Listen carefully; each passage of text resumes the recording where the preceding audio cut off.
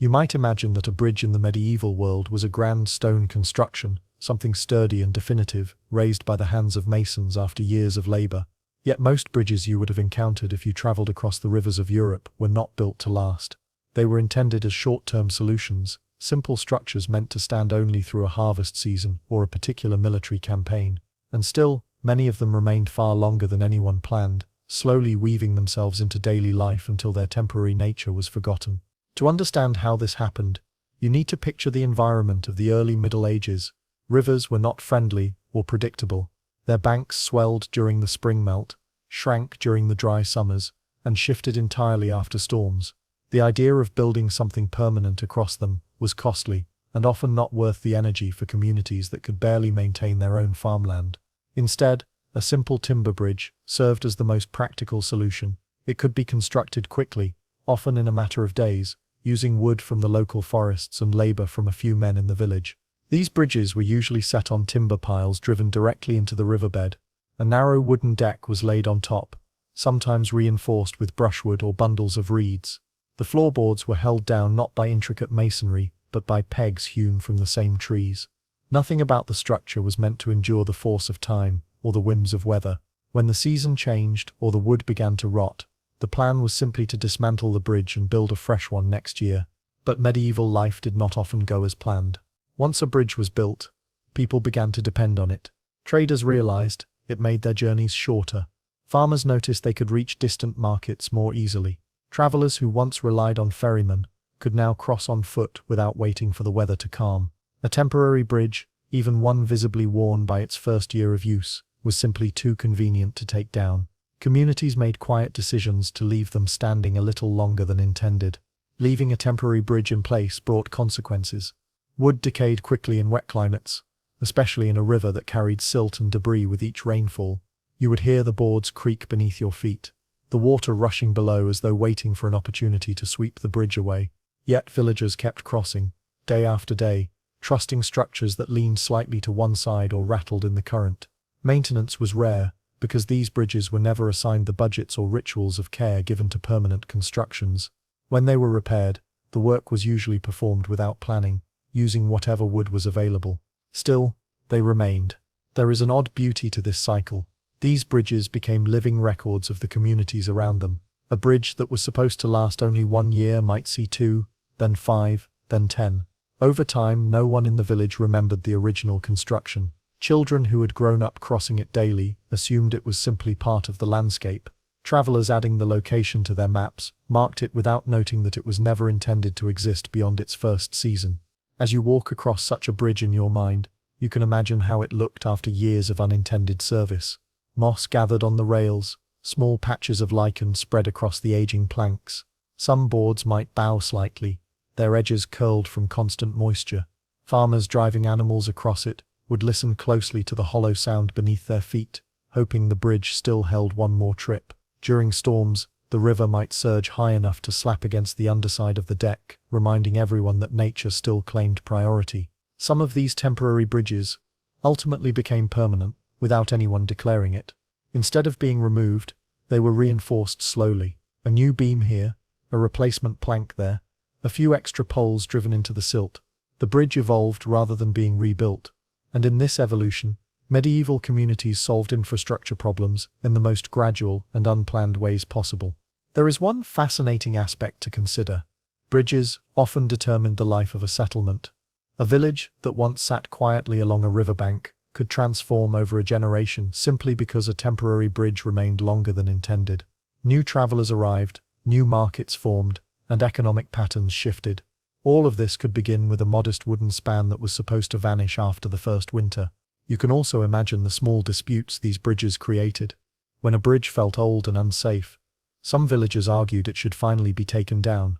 Others insisted it must stay because they had built routines around it. Priests might warn that the bridge was too dangerous to cross during floods, while traders quietly risked it because their livelihoods depended on the ease of travel. In these moments, the temporary nature of the bridge became a source of tension, revealing how deeply people relied on things never meant to endure. Even rulers encountered this challenge. Lords who originally financed a seasonal bridge for a hunting trip or military need found they were now responsible for its upkeep. as travelers included the crossing in regional routes. What began as a small act of convenience became an administrative burden, yet removing it brought complaints, petitions, and sometimes even local unrest. The easiest solution was to allow the temporary structure to stay. As centuries passed, some of these old wooden bridges were eventually replaced with stone, but the placement of the new structure often followed the original timber foundation. By then, trade routes, settlement patterns, and even local politics had grown around the existence of a crossing that had never been meant to survive beyond its first year. The temporary had quietly become permanent. What remains most striking is how such a simple object shaped medieval life. In a world without sudden technological change or rapid urban planning, small decisions carried far-reaching consequences. Leaving a wooden bridge standing for one more season could alter the fate of a community, influence trade networks, or determine the boundaries of a region. All of these developments grew from an object that no one intended to last. When you look more closely at the way a temporary medieval bridge slowly settled into permanence, you begin to see how deeply its existence shaped the rhythms of the surrounding land. In the early seasons of its life, a timber crossing seemed like a simple convenience, a tool built for a brief purpose. But as the years passed, something subtle happened. The bridge changed the movement of people across the countryside, and in doing so, it altered how villages grew, how markets formed, and how local power shifted. What began as a modest span of wood became a quiet force that guided the choices of generations. To understand this transformation more clearly, imagine approaching such a bridge as a traveler in the early medieval world. There were no wide stone roads leading toward it, no carefully measured paths. You followed dirt tracks worn by carts and livestock, paths that curved gently through fields and meadows. The moment you saw the wooden structure rise above the river, you felt a sense of relief. Even if it was uneven and weathered, it meant you did not have to find a ferryman or search for a narrow spot to wade across. It allowed you to continue moving smoothly, and that simple ease influenced the way you planned your journey. Over time, these small choices created patterns. Travelers preferred routes with convenient crossings. When enough people shifted toward a particular path, merchants began to set up along it, and once merchants appeared, so did taverns, resting houses, and stables. Bit by bit, a small settlement took shape around something that was never supposed to last more than a season. A wooden bridge that had stayed longer than planned also gradually changed the surrounding landscape itself. The constant flow of people compacted the soil on either side of the river. Wheel ruts deepened, footpaths widened, grass stopped growing along the most heavily used lanes. What had once been open meadow slowly hardened into the beginnings of a road, even if no one intended to build one. You can almost picture it, a narrow but unmistakable line carved across the earth by the repetitive motion of countless steps. The bridge also introduced a new challenge to local lords. When a temporary construction remained in use for many years, someone had to take responsibility for it, even if no one wanted to. In many regions, the upkeep of bridges fell to manor lords or religious institutions, but only if the structure was considered officially permanent. A temporary bridge did not fit neatly into this system. Its maintenance was informal, often carried out by villagers who understood that repair work had to be done simply because people depended on it. Yet as soon as the crossing became central to trade or daily travel, the lord could not ignore it. Merchants passing through expected some level of safety, and the local economy benefited from their presence. This created a curious situation. Lords who inherited such a structure often found themselves the reluctant guardians of a bridge they had not built and never wanted to maintain. In many cases, written records from manorial rolls show repeated fines imposed on villagers for failing to help repair a crossing. Other times, the lord himself ordered small improvements, knowing that the bridge had become too important to leave untended. Even though it had started as a temporary creation, it was now part of the region's infrastructure, whether anyone admitted it or not. The church sometimes played a role as well. Monasteries located near rivers often used temporary bridges during periods of harvest or local pilgrimage. When these bridges remained standing, monks found themselves negotiating with lay communities about repairs. A single plank added in the wrong place could shift how water flowed beneath the structure, and the monks were acutely aware that rivers were unpredictable. They worried about flooding, not simply because of the danger, but because water damage could reach their storehouses and fields. Thus, monks who never intended to become caretakers of a bridge reluctantly became involved in its survival. Temporary bridges also had a way of revealing the social structure of a medieval community. The poorest villagers were often the ones who relied on them most. Without money to pay a ferryman, They depended on the wooden crossing to reach mills, markets, or fields on the opposite bank. When the bridge deteriorated, they felt the hardship immediately.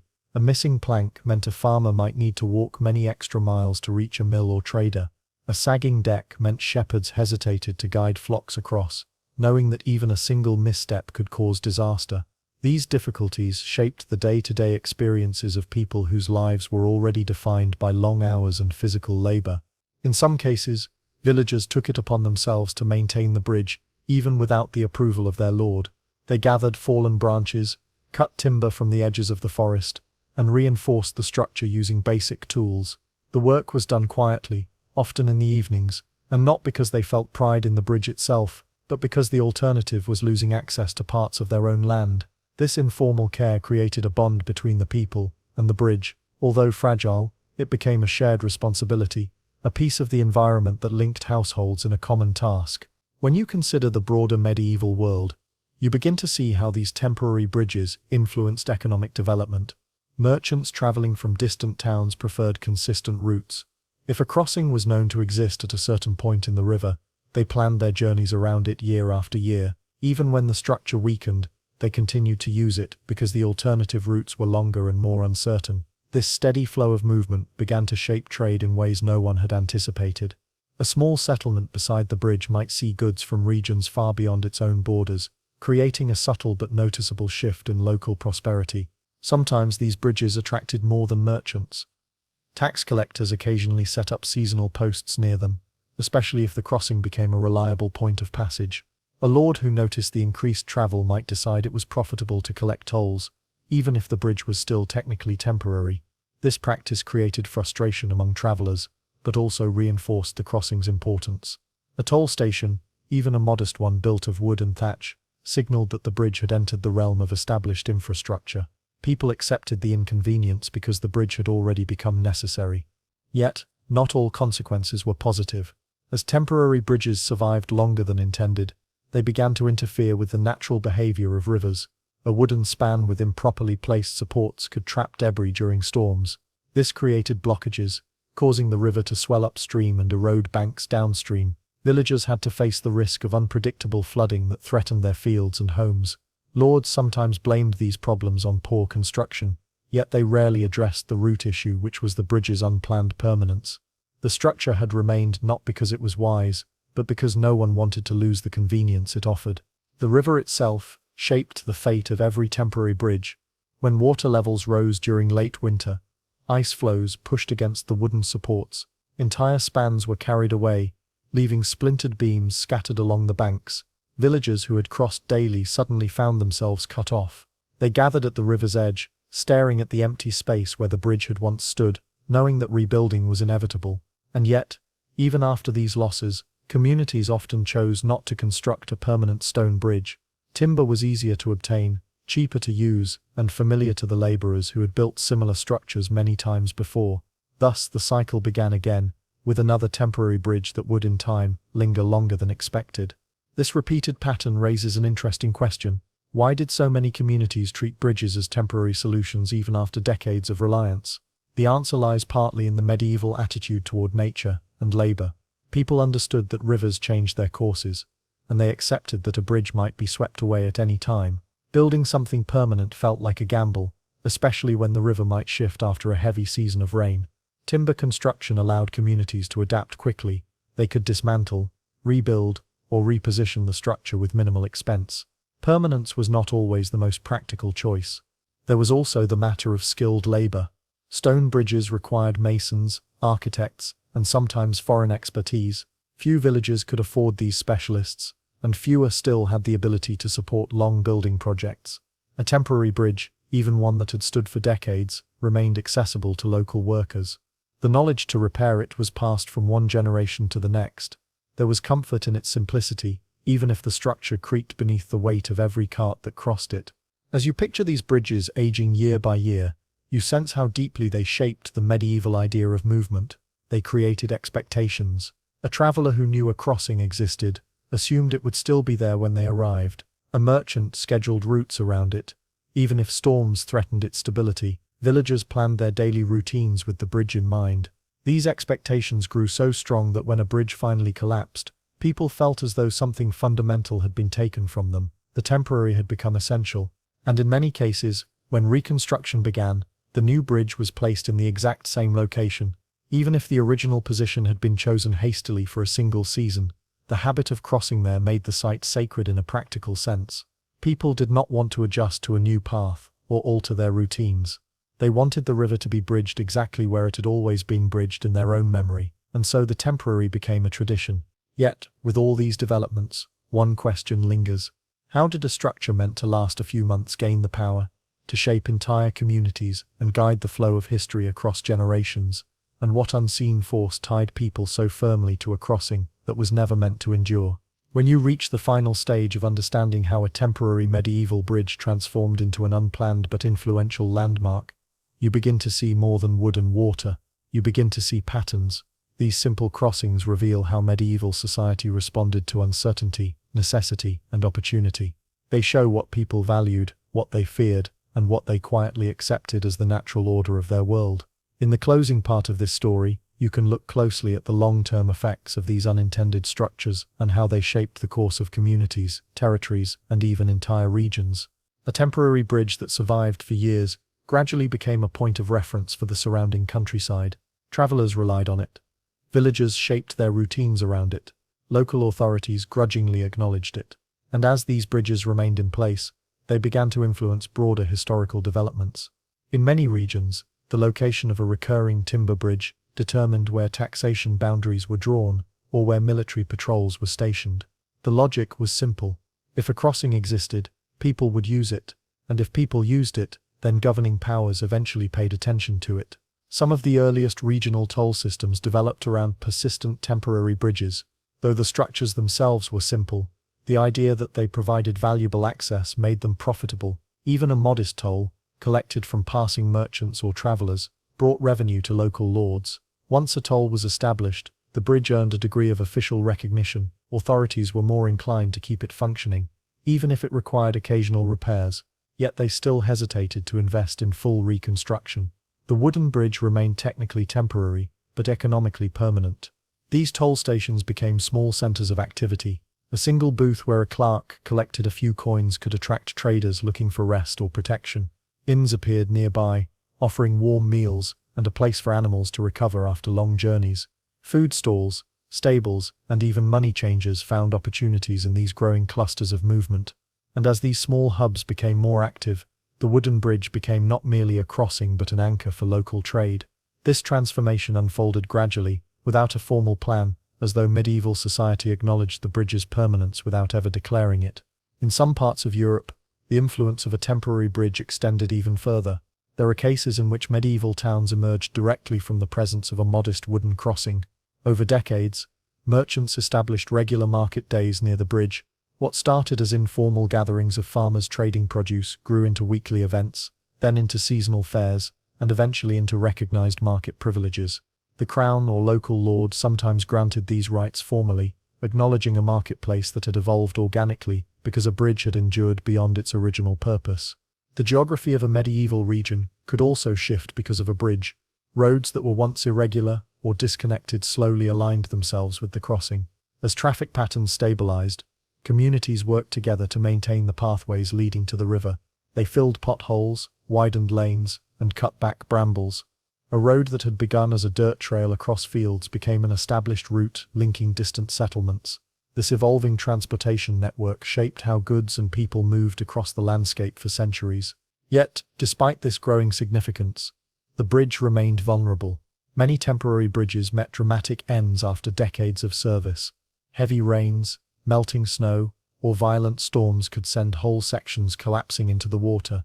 These moments were deeply disruptive. Traders rerouted their journeys, villagers struggled to reach mills or markets, and communities felt the sudden absence of a structure they had come to consider. The loss of such a bridge was almost like the loss of a familiar voice in a crowded room. People noticed the silence. In response, local communities acted quickly. They gathered timber, selected a team of men, and rebuilt the structure in a matter of days or weeks. This reconstruction was not a grand event. It was simply necessary. Life could not continue smoothly without the bridge, and villagers knew that the fastest solution was to rebuild what they had before. Once again, a temporary structure returned to the river, and once again, its lifespan extended far beyond what anyone expected. It is remarkable that even when given the opportunity to replace these bridges with stone, many communities chose not to. Stone bridges required skills, resources, and long periods of construction, all of which placed pressure on populations already struggling to maintain farms and fulfill their obligations to lords. The medieval mindset favored practicality. Wood was available, wooden bridges could be repaired quickly, and there was a sense that rivers were unpredictable forces that no amount of masonry could fully tame. People preferred a crossing that could be rebuilt easily, rather than one that demanded enormous investment. Temporary bridges also played surprising roles in medieval conflict. Armies used them to move troops and supplies, often constructing new ones during campaigns. But in regions where temporary civilian bridges had accidentally become permanent, military forces found ready-made routes into enemy territory. Commanders studied these crossings, knowing that controlling them meant controlling movement. A simple wooden span that once helped villagers reach a mill could now influence the strategy of an entire campaign. When armies approached, villagers feared the destruction of their bridge. Soldiers sometimes cut or burned them to delay opposing forces. This act had immediate consequences for local people. Once the armies passed, weeks or months might go by before the community rebuilt the structure. The absence of the bridge left scars on the land. Trails widened on the river banks as people searched for alternate places to cross. Ferrymen reappeared temporarily, offering passage at inflated prices. The loss of a bridge revealed just how deeply it shaped daily life. In some rare cases, bridges became symbols of identity. Even if the structure remained wooden and fragile, people associated it with their community. Festivals occurred near it. Stories were told about its earliest construction. Elders recalled the seasons when the river washed it away. In these moments, the temporary bridge became a quiet marker of continuity across generations. What had once been a solution to a short-term need now served as a thread, binding the memories of a community together. When you look at the broader sweep of medieval history, you notice something else. Many permanent bridges built in later centuries stood on the same sites where temporary ones had once lingered. Engineers and masons surveyed the rivers, testing various locations, and yet they often chose the place where people had crossed for decades, or even centuries. The earlier wooden bridges had already proven the value of the site. They had shaped settlement patterns, trade routes, and expectations. The decisions of future generations rested on the quiet influence of temporary structures created long before. In this sense, temporary medieval bridges were never truly temporary.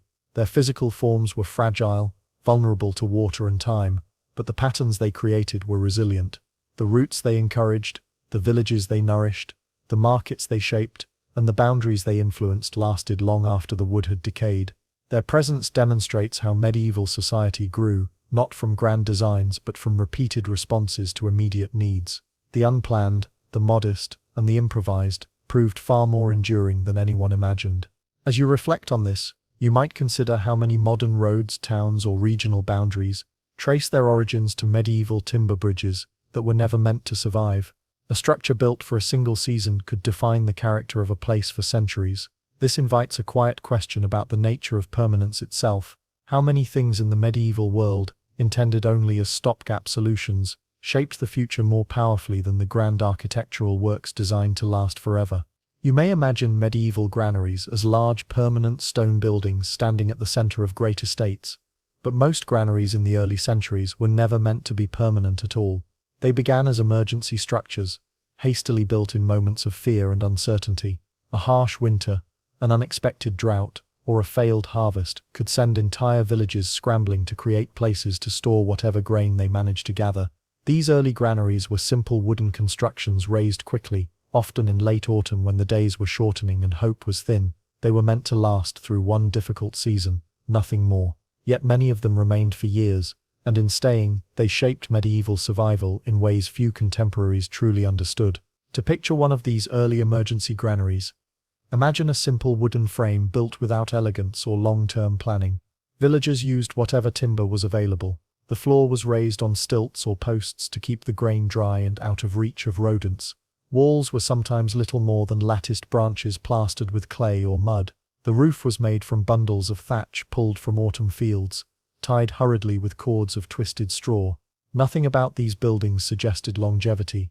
They creaked in the wind, they smelled of fresh sap, they sat lightly on the land, held together by urgency rather than craftsmanship. The reason these granaries existed in the first place was the fragility of medieval agriculture. A single poor harvest could push an entire community into hunger. Villagers watched the skies anxiously each season. A spring frost, a summer storm, or a swarm of insects could mean the difference between comfort and famine. When crops failed, communities responded with a mix of improvisation and fear. Families pooled resources. Lords ordered emergency storage, so their estates could survive the coming months. The granary became a symbol of protection, a barrier between survival and starvation. Yet these structures, built for a season of crisis, soon became familiar fixtures. Once villagers realized the usefulness of having a grain store that stood apart from houses, barns, or livestock enclosures, they hesitated to dismantle it. Even if the original emergency had passed, the structure offered security that people were reluctant to surrender.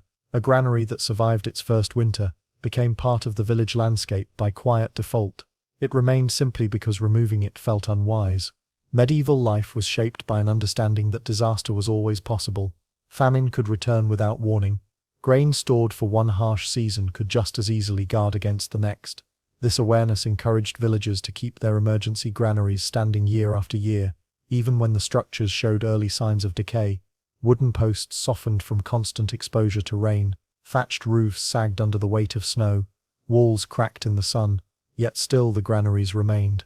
Villagers patched gaps with handfuls of straw or bundles of reeds. They stuffed cracks with mud. They propped up leaning beams with new branches cut from the forest's edge. Slowly, a temporary building became a quiet tradition. A structure that had begun as a hurried response to hardship transformed into a dependable part of the community's rhythm of life. Granaries brought unexpected changes in the social structure as well.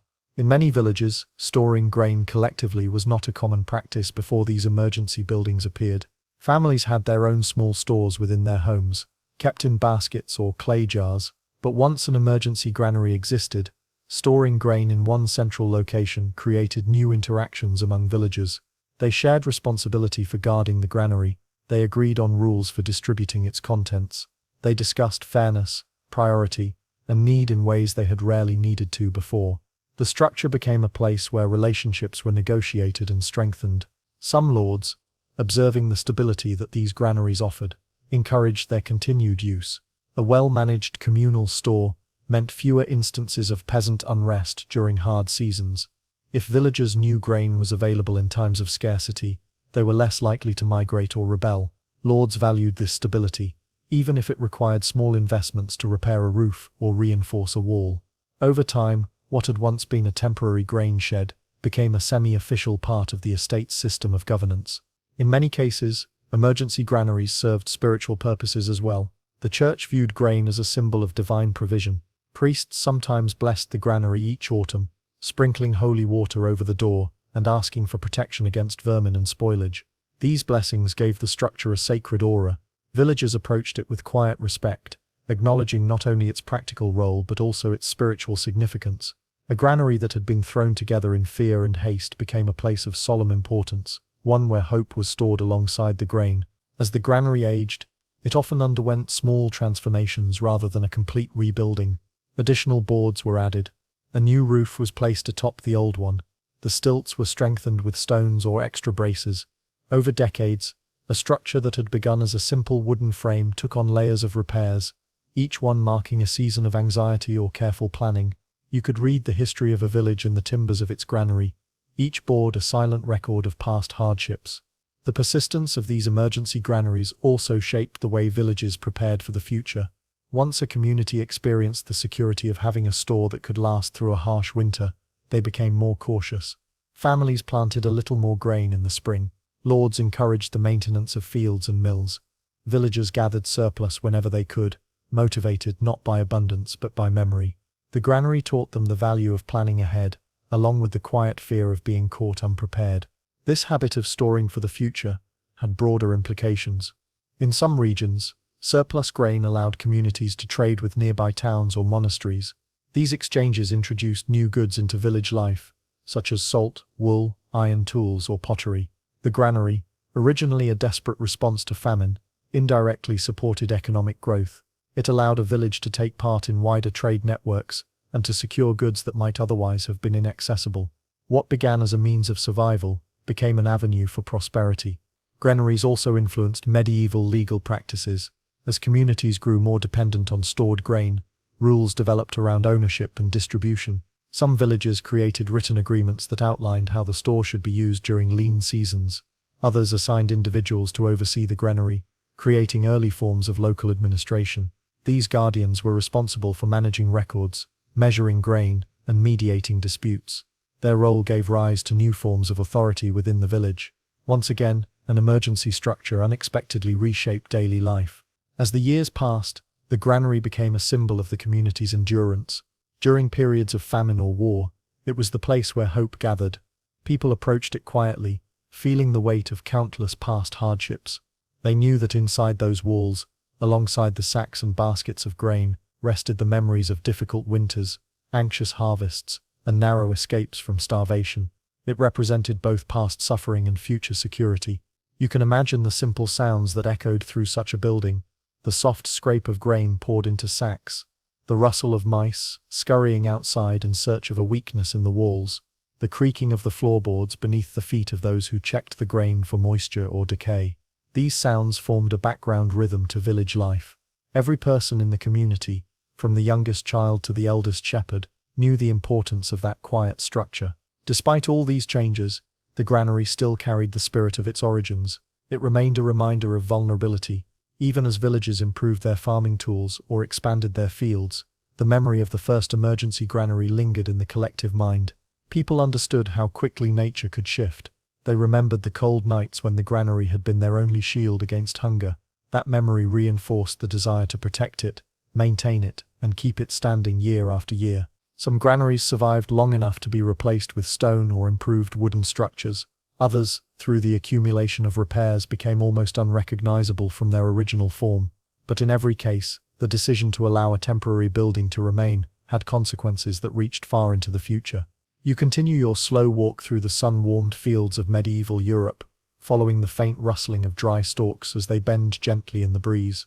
In Section 1, you explored how straw first became one of the most unassuming pillars of daily survival. It grew everywhere, it cost nearly nothing, and it solved problems so ordinary that no scribe bothered to record them. Yet, the further you go into this landscape, the more you see that straw was not just a leftover agricultural material. It gradually transformed into a kind of invisible thread that touched almost every aspect of medieval life. In this section, you step deeper into its world, not through the lens of invention or grand historical change, but through slow adaptation, quiet necessity, and the routines of countless people who depended on it without ever thinking much about it. Straw was so familiar that medieval people rarely described it directly.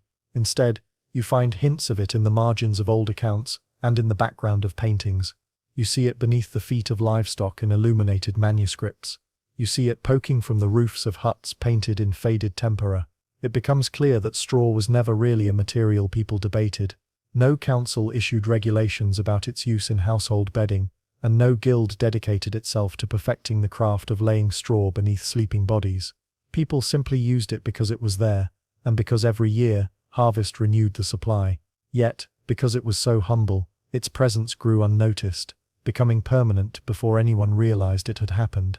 As you continue down a narrow dirt path, you imagine the seasonal rhythm that shaped its production. During harvest, grain came first. Entire villages turned out for the cutting, binding, and stacking. The grain meant food, taxes, survival. After the threshing, straw sorted itself naturally into long unbroken stalks and shorter, more fragmented pieces. The longer stalks were prized for roof thatching, since they interlocked and directed rain outward. The short pieces went into bedding, insulation, or composting heaps. No part of it went to waste, because waste itself was a luxury most medieval communities could not afford. Thatched roofing became one of the slowest evolving forms of construction in medieval Europe. You picture a master thatcher, perhaps in his 40s, moving patiently along the roof frame of a cottage. His hands, cracked from cold and repeated abrasion, know how to align the bundles so water does not infiltrate the interior. He works without haste, because speed matters far less than method. Straw does not offer perfection. It offers sufficiency, and sufficiency was often enough. A thatched roof could last up to 2 or even 3 decades with periodic maintenance. And this stability transformed straw into a kind of architectural assurance for people who owned little else that felt dependable. But roofing was only one strand of straw's quiet evolution. In barns and stables, straw influenced animal health, and therefore food security. Livestock bedding seems like a trivial matter, yet you imagine what daily life would have been like without it. Cold stone floors, constant moisture, limited insulation. Straw softened that world. It absorbed waste gradually, making manure easier to collect and spread as fertilizer. In regions where soil quality was already low, particularly in the northern parts of Europe, this mattered more than most chronicles reveal. Straw in its spent form enriched the earth that fed the villagers who raised the livestock that produced the very manure that improved the earth again. It was an unbroken cycle of unnoticed renewal. You continue through the imagined village and come upon a market square where straw appears again, not as a tool but as packaging. It cushioned pottery, glass, fragile goods, and even certain food items during transport. Traders who moved goods across long distances understood that the rough roads, jolting carts, and unpredictable weather could ruin cargo. Straw protected not through sophistication, but through sheer availability, and because it cost almost nothing, merchants did not fear wasting it, though in truth, nothing related to agriculture was ever truly wasted. If straw became dirty during transport, it could still be used as tinder, compost, or livestock bedding. This versatility gave it a kind of economic immortality. The more you observe, the more medieval society reveals a pattern. People counted on straw not because it was excellent, but because it was predictable.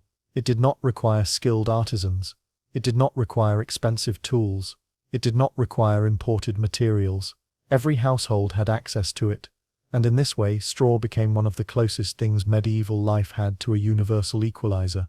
In the monastery, straw played a different role. It filled the mattresses of monks, thin though they were, and lined storerooms where food was kept cool and dry.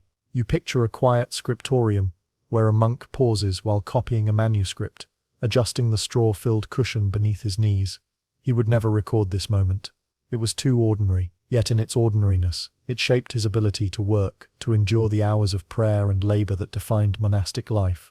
Straw supported a world where both silence and routine held more power than dramatic events. As towns grew and urban centers expanded, straw found yet another purpose. It became a common form of street covering, especially in areas with heavy cart traffic. The sound of wheels grinding against stone was muffled by layers of straw, laid down not to impress travelers, but to reduce noise and manage drainage. You picture a merchant navigating a narrow street lined with shops. The sound underfoot is soft and uneven, mixing with the murmur of passing voices. Straw absorbs spills, rainwater, and even the unfortunate byproducts of animals still needed for transport. Over time, the compacted straw becomes part of a larger urban maintenance cycle, swept aside and replaced when it becomes too dense. Even in more ceremonial contexts, straw made quiet appearances. During festivals, processions, and religious events, it sometimes lined pathways to prevent mud from staining garments or to soften the ground for participants. This reinforces the same truth you keep encountering. Straw filled gaps that no one else considered worth noting. In its own subtle way, straw also influenced social customs. In many regions, households refreshed their bedding straw as part of seasonal routines.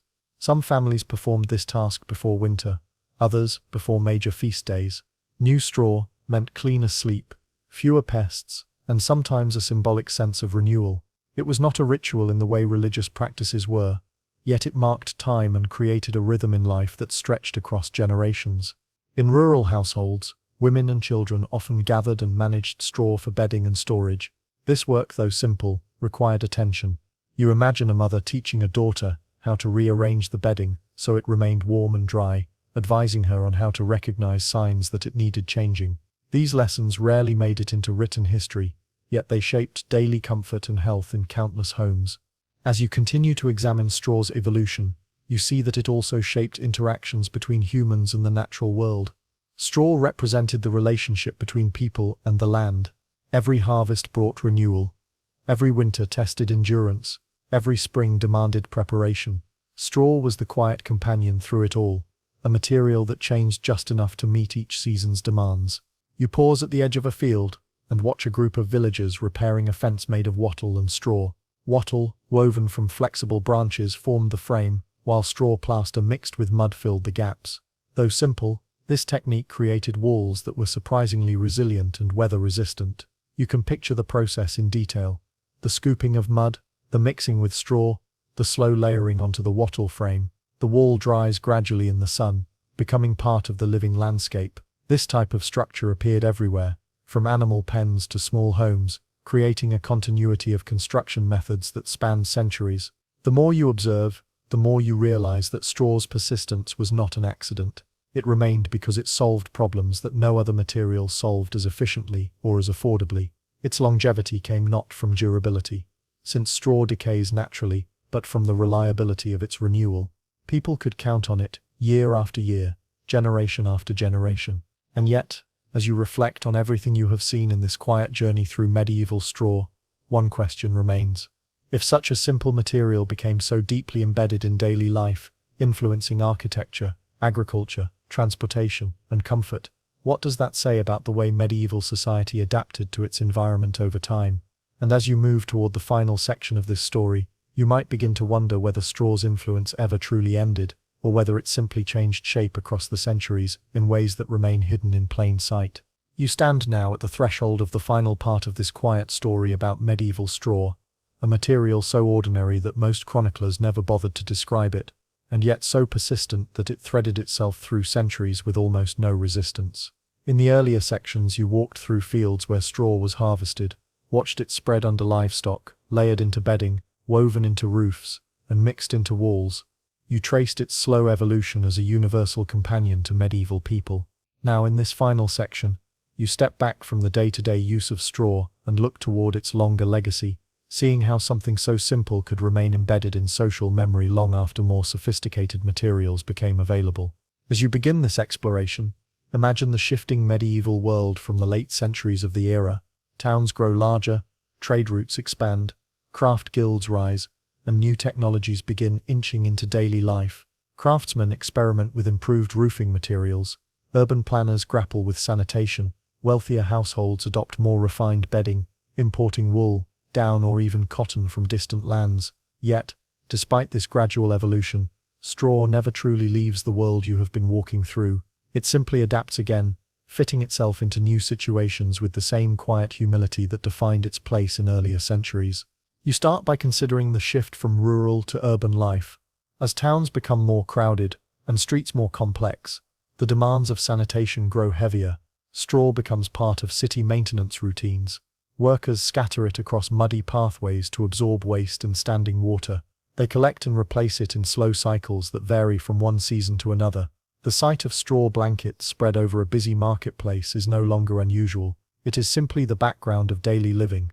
Even as stone pavements and improved drainage appear, straw continues to fill gaps during construction, repair, and seasonal flooding. It keeps appearing where the built environment cannot quite handle the pressures of weather and traffic. Inside homes, straw evolves into a symbol of resilience. Bedding straw, though looked down upon by wealthier citizens, remains common among ordinary people. You picture a small family refreshing their bedding just before winter, shaking out the old straw and replacing it with new stalks from the recent harvest. The process becomes a seasonal ritual that holds more meaning than the act itself suggests. Straw brings warmth and softness to rooms with no insulation. It brings a sense of renewal to households that rely on predictable rhythms. In this way, straw still speaks the language of survival, even as society begins to change around it. Agriculture continues to rely on it as well. As fields rotate between crops, straw becomes essential for mulching, soil protection, and livestock management. The cycle remains remarkably stable. Grain harvest produces food, the stalks become straw, the straw fills barns, roofs, and bedding. Used bedding becomes manure, the manure feeds next year's fields. Nothing is wasted, because waste is not a concept medieval society can afford. Straw anchors this cycle, and its presence strengthens the bond between people and the land. And yet, the late centuries of the medieval period also bring conditions that test the resilience of traditional practices. One of the most overlooked among these is fire. As towns grow denser, the risks associated with straw become more evident.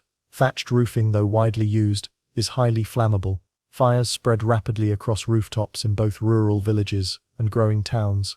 Wood-framed homes, dry summers, and crowded living conditions combine with stray sparks from hearths, workshops, and street activity, straw roofs become a concern that city authorities can no longer ignore.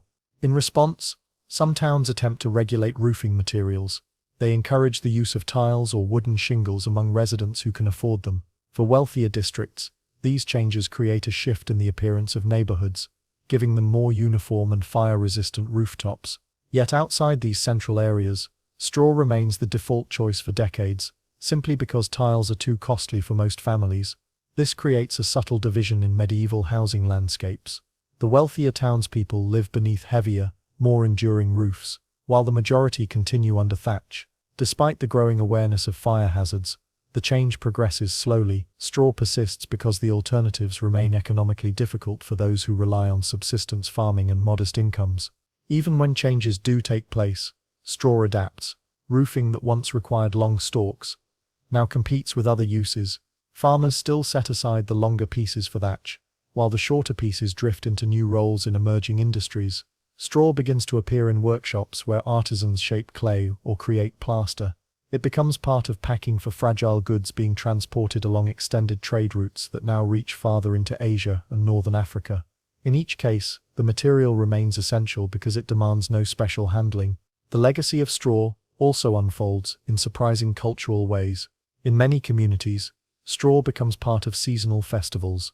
You can imagine winter celebrations where straw figures are made for symbolic rituals, often representing the passing of an old year or the renewal of fertility. Some villages burn these figures during ceremonies that reflect belief systems older than organized religion. Other places use straw in wedding rituals or local competitions.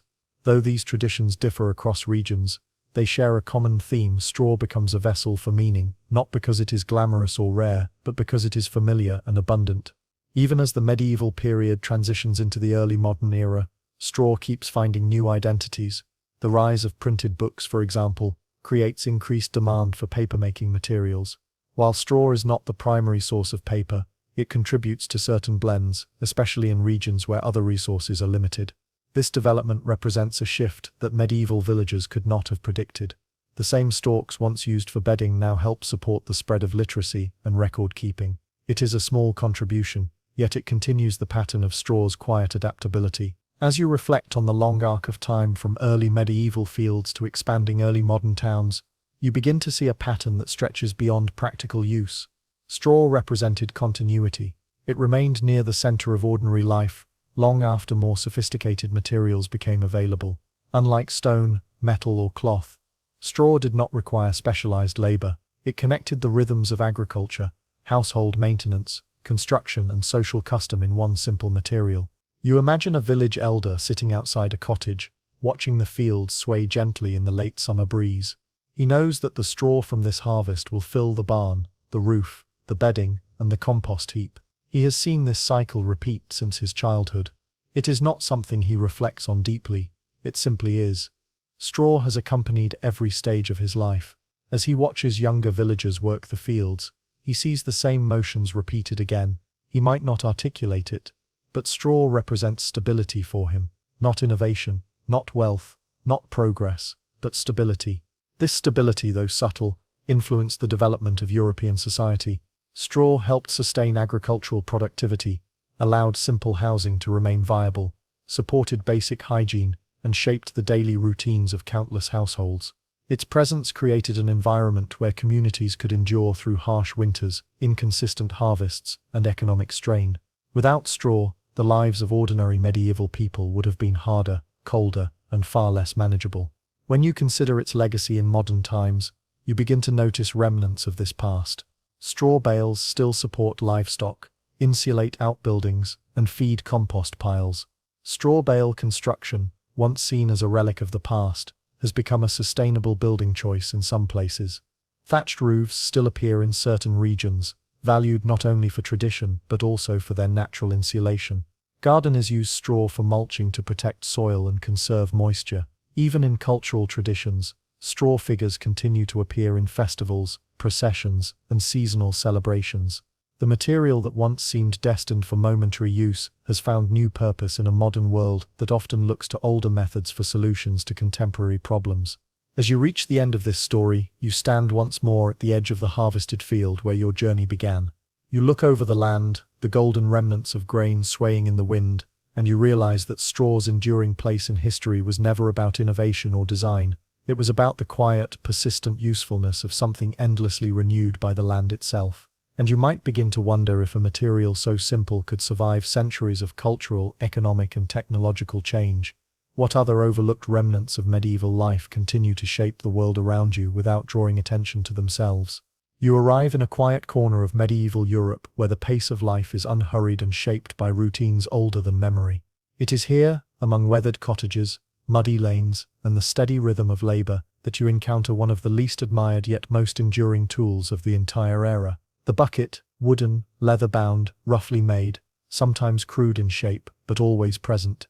You might not think to look at a bucket twice. Most medieval people would not have either. Yet this simple container carried more weight in daily survival than many noble inventions that fill the pages of history. In this first section you will explore how the medieval bucket began as a practical solution to an everyday problem, and ended up shaping nearly every aspect of ordinary life. From water collection to construction, from food storage to firefighting, the bucket became a quiet companion to village and town alike. It survived because it solved the simplest needs with a reliability that required almost no change through the centuries. And as you begin walking through this landscape, you discover that the bucket was far more than a tool. It was a foundation without which medieval society could not function, even for a single day. As you make your way down a narrow dirt path leading toward a village well, the importance of the bucket becomes immediately clear. Wells were the center of most medieval settlements. They were the meeting point for households, the source of water for cooking, washing, brewing, and survival. But a well without a bucket was nothing more than a deep hole. The bucket was the element that allowed the community to draw life from the ground. You picture a woman in her 30s approaching the well in the early morning. Her hands are red from the cold, her breath fogs the air, and she carries a wooden bucket bound with iron strips.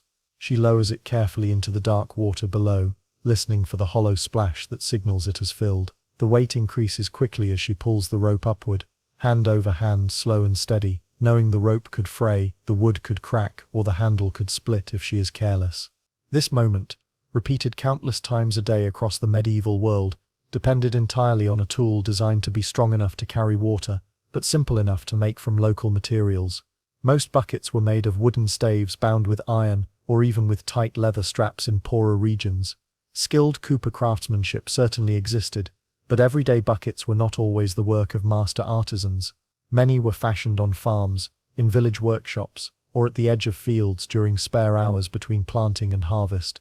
The goal was never perfection. The goal was usefulness. You walk further into the village, and observe how water from the well travels through the settlement, not through pipes or channels, but through the steady movement of buckets carried by hand. They carry water to the bakery, where dough is mixed in great wooden troughs. They carry water to the home where a family needs to soak beans, boil porridge, or wash fabrics. They carry water to livestock pens where thirsty animals wait after long hours grazing. Every household relies on buckets to keep the rhythm of daily life intact. But water was only one part of the bucket's story.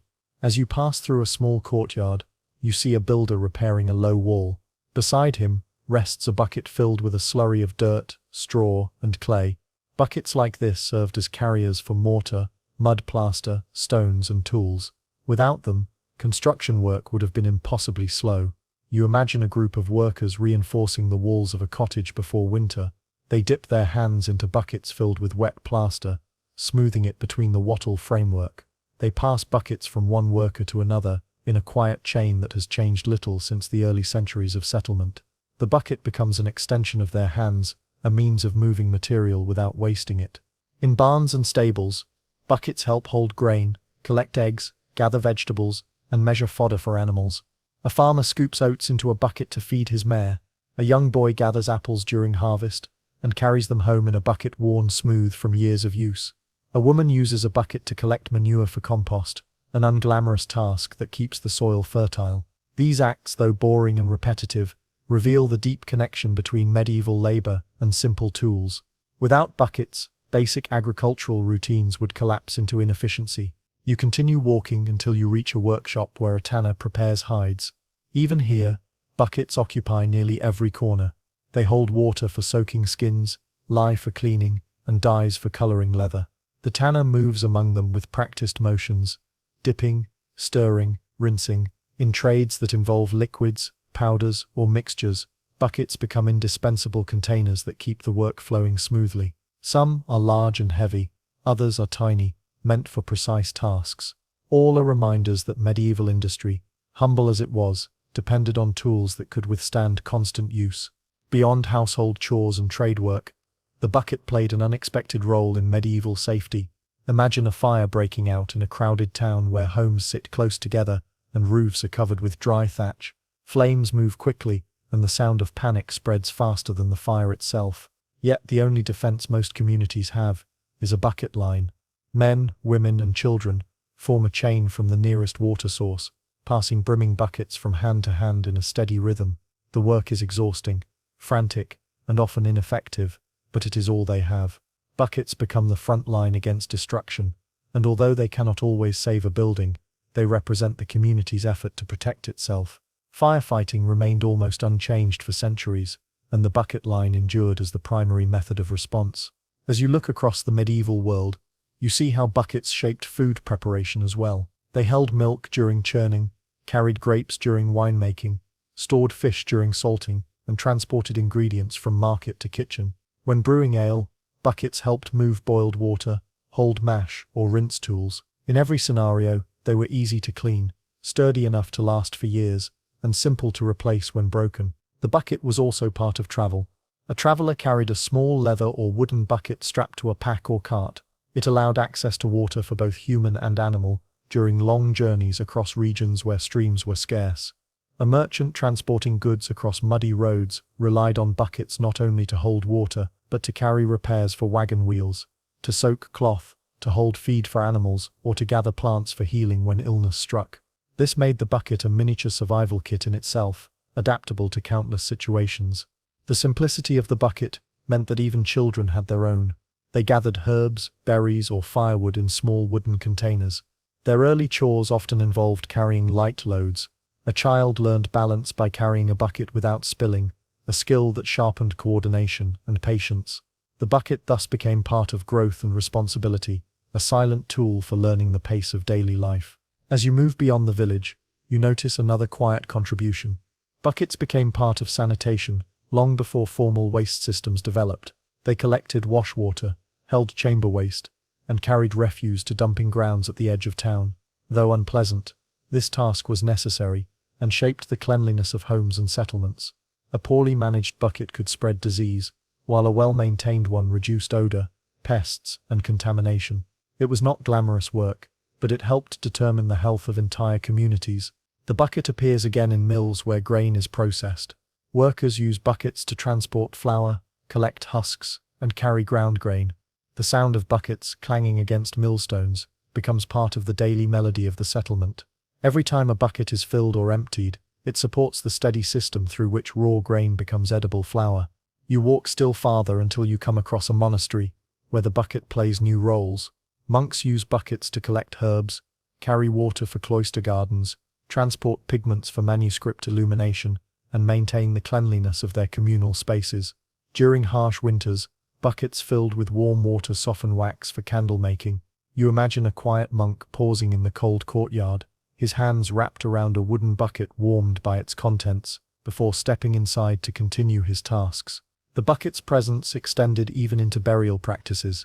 Grave diggers used buckets to remove soil and stones from burial pits, and buckets of water were used to wash the deceased before burial.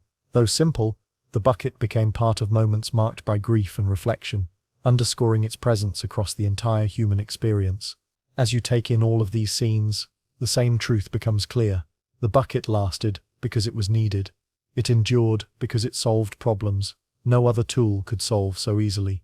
And yet, despite its significance, it remained unnoticed by scribes, ignored by chroniclers, and taken for granted by nearly everyone who depended on it. This silence in the historical record does not diminish its importance.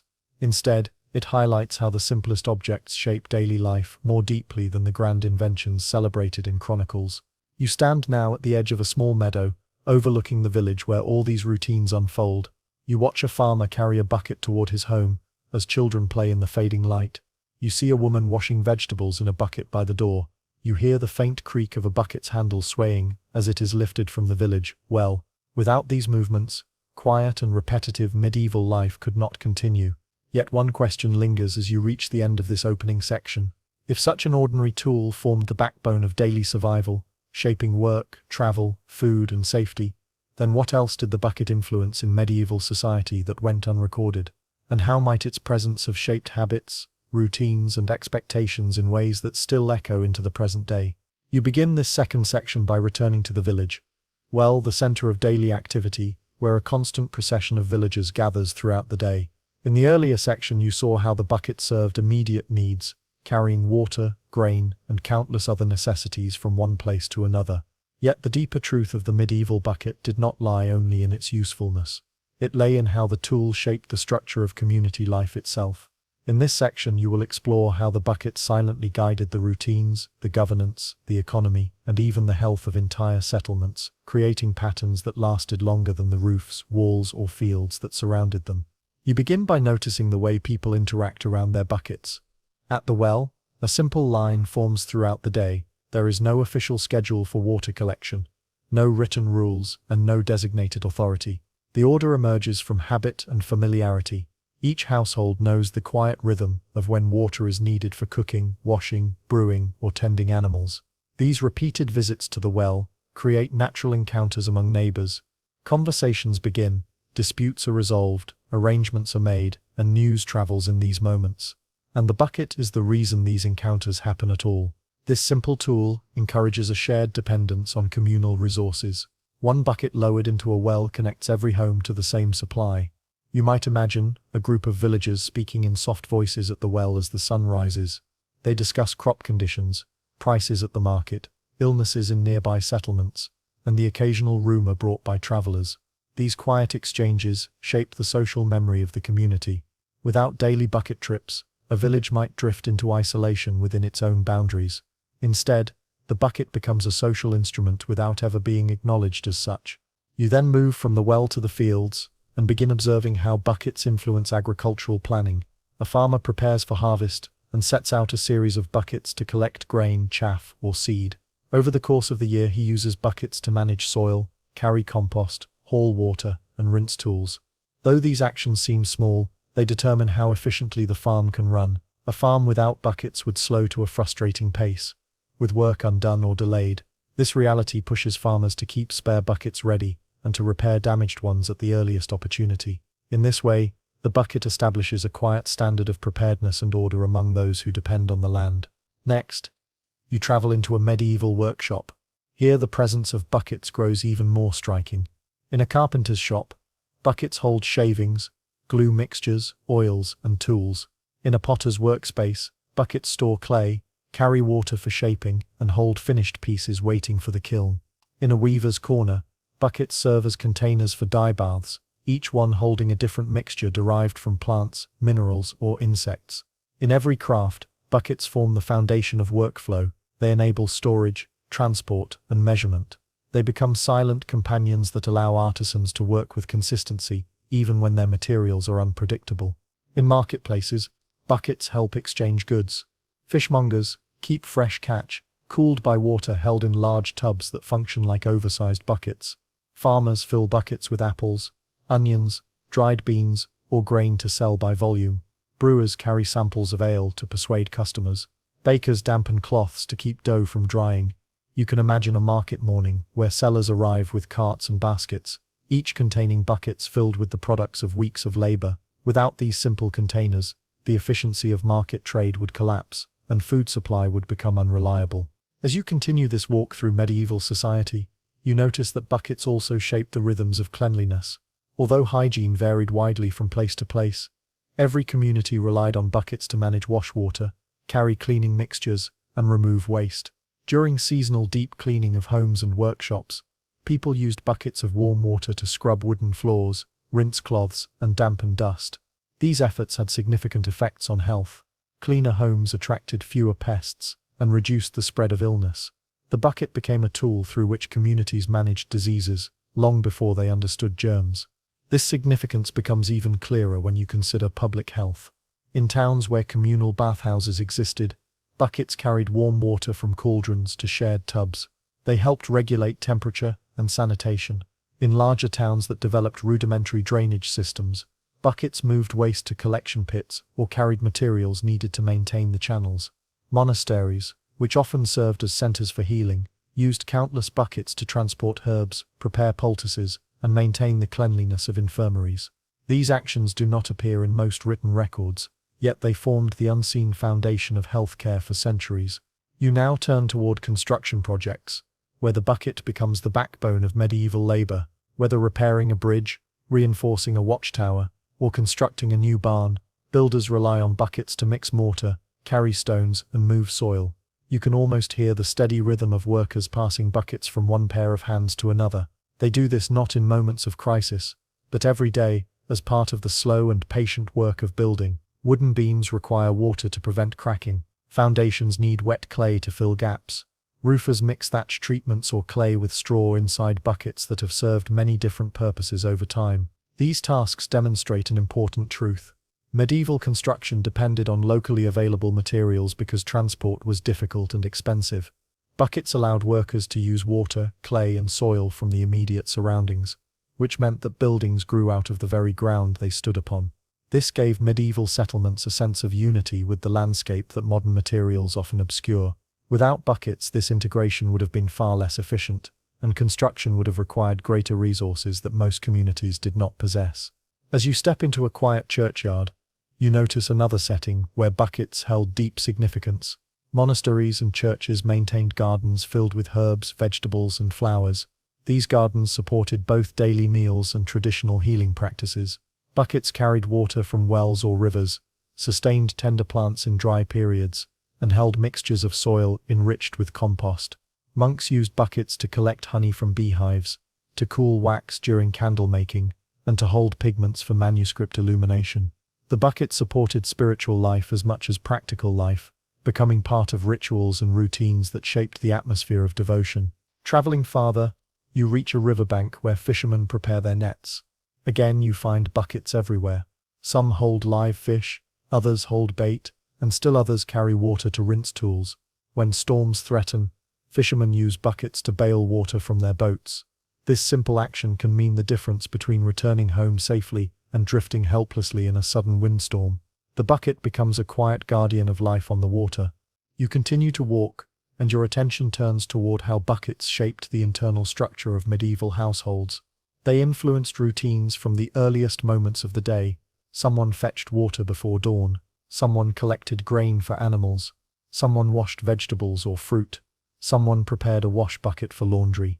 Children learned responsibility by carrying small buckets to gather eggs or herbs. Even on the coldest morning, when frost covered the fields and the wind stung their faces, villagers still reached for their buckets to begin the day. This uninterrupted rhythm shaped the mindset of medieval life. People developed a sense of patience, repetition, and continuity through daily interactions with these simple tools. They learned how to judge weight, how to pour steadily, how to balance on uneven ground, and how to repair handles or staves. They used their bodies in ways that aligned with the practical needs of the world around them. A tool that seems unremarkable to you became, for them, a teacher of balance, timing, and resilience. You now return to the well once more, observing a scene that has unfolded countless times over the centuries. A young woman lowers a bucket into the dark water. A few moments later, an older woman arrives with another bucket. They exchange greetings, perhaps share a brief story, or ask about a relative. Then they return to their separate paths, each carrying a portion of the community's lifeblood in a wooden container that has endured through storms, shortages, and seasons. What you witness here is the deeper legacy of the bucket. It drew people together, shaped schedules, influenced trade, guided agriculture, and supported health. Without ever being considered important, it became indispensable. This modest tool carried not only water or grain, but the quiet continuity of medieval society itself. Yet one question begins to take shape as you reflect on this pervasive presence. If the bucket influenced so many aspects of daily life, then how did it shape broader patterns of settlement, growth, and resilience across the medieval world, even where records remain silent? You arrive now at the final portion of this quiet journey into the medieval world of the bucket. A tool so ordinary, that it rarely earns notice, yet so essential that life without it would have been unimaginably more difficult. In the previous sections, you followed the bucket as it carried water from wells, transported grain and fodder, moved plaster and clay, and even supported hygiene, safety, and ritual. Now in this concluding section, you observe how the bucket's persistence shaped not just daily routines, but the long-term structure of medieval society, and left a legacy that quietly reaches into modern times. Imagine a village in late medieval Europe during a season of scarcity. Rain has been sparse, the last harvest was only moderate, and livestock require constant attention. A community without buckets would struggle to survive even a single day. Wells sit idle without the tool to draw water. Fields cannot be irrigated. Food cannot be prepared efficiently. Animal care is slowed to a crawl. The bucket in this moment is the invisible engine of survival. It ensures that work continues, that life flows, and that society functions despite hardship. The tool itself is simple, yet its absence would have been catastrophic. Buckets also shaped community cooperation in profound ways. You remember the bucket line used to fight fires in densely packed towns. Each person, young or old, understood their role in passing water from well to flames. Coordination was instinctive, arising from repetition over generations. This silent reliance on simple tools created shared knowledge and skills that bound people together. The bucket became a symbol of interdependence. It connected households, supported shared labor, and facilitated trust. Without the bucket, these social structures would have been fragile, less reliable, and far more vulnerable to crises. Beyond survival and social cohesion, buckets affected economic activity. You can picture a bustling market, the air rich with scents of baked bread, fresh herbs, and cured meat. Vendors rely on buckets to measure, store, and transport goods. A fishmonger cannot sell his catch without them. Grain merchants use buckets to portion supplies accurately, brewers measure ingredients, and bakers carry water to dough troughs. These routine uses maintain a flow of trade, create predictable standards, and allow commerce to function smoothly. The bucket, in its unassuming way, underpins the local economy, without ever drawing attention. In monasteries, the bucket's influence extends into education, health, and spiritual life. Monks use buckets to water gardens, transport herbs for remedies, mix ingredients for inks, and maintain clean spaces in dormitories and kitchens. The bucket allows them to perform daily duties with order and efficiency, enabling the routines that define monastic discipline. It carries both practical and symbolic weight. By supporting ritual, craft, and sustenance, it becomes an unseen partner in intellectual and spiritual activity. In quiet, repetitive tasks, the bucket sustains the continuity of knowledge and practice. As villages and towns grow, you notice that buckets influence architecture. Builders rely on them to transport mortar, clay, and water for mixing construction materials. Farmers use them to stabilize soil for foundations. Without buckets, construction is slowed, and buildings must be simpler or more temporary. Buckets, then, become part of the material foundation of settlements. The structure of a village, the durability of a home, and the stability of barns and granaries all hinge upon this simple tool.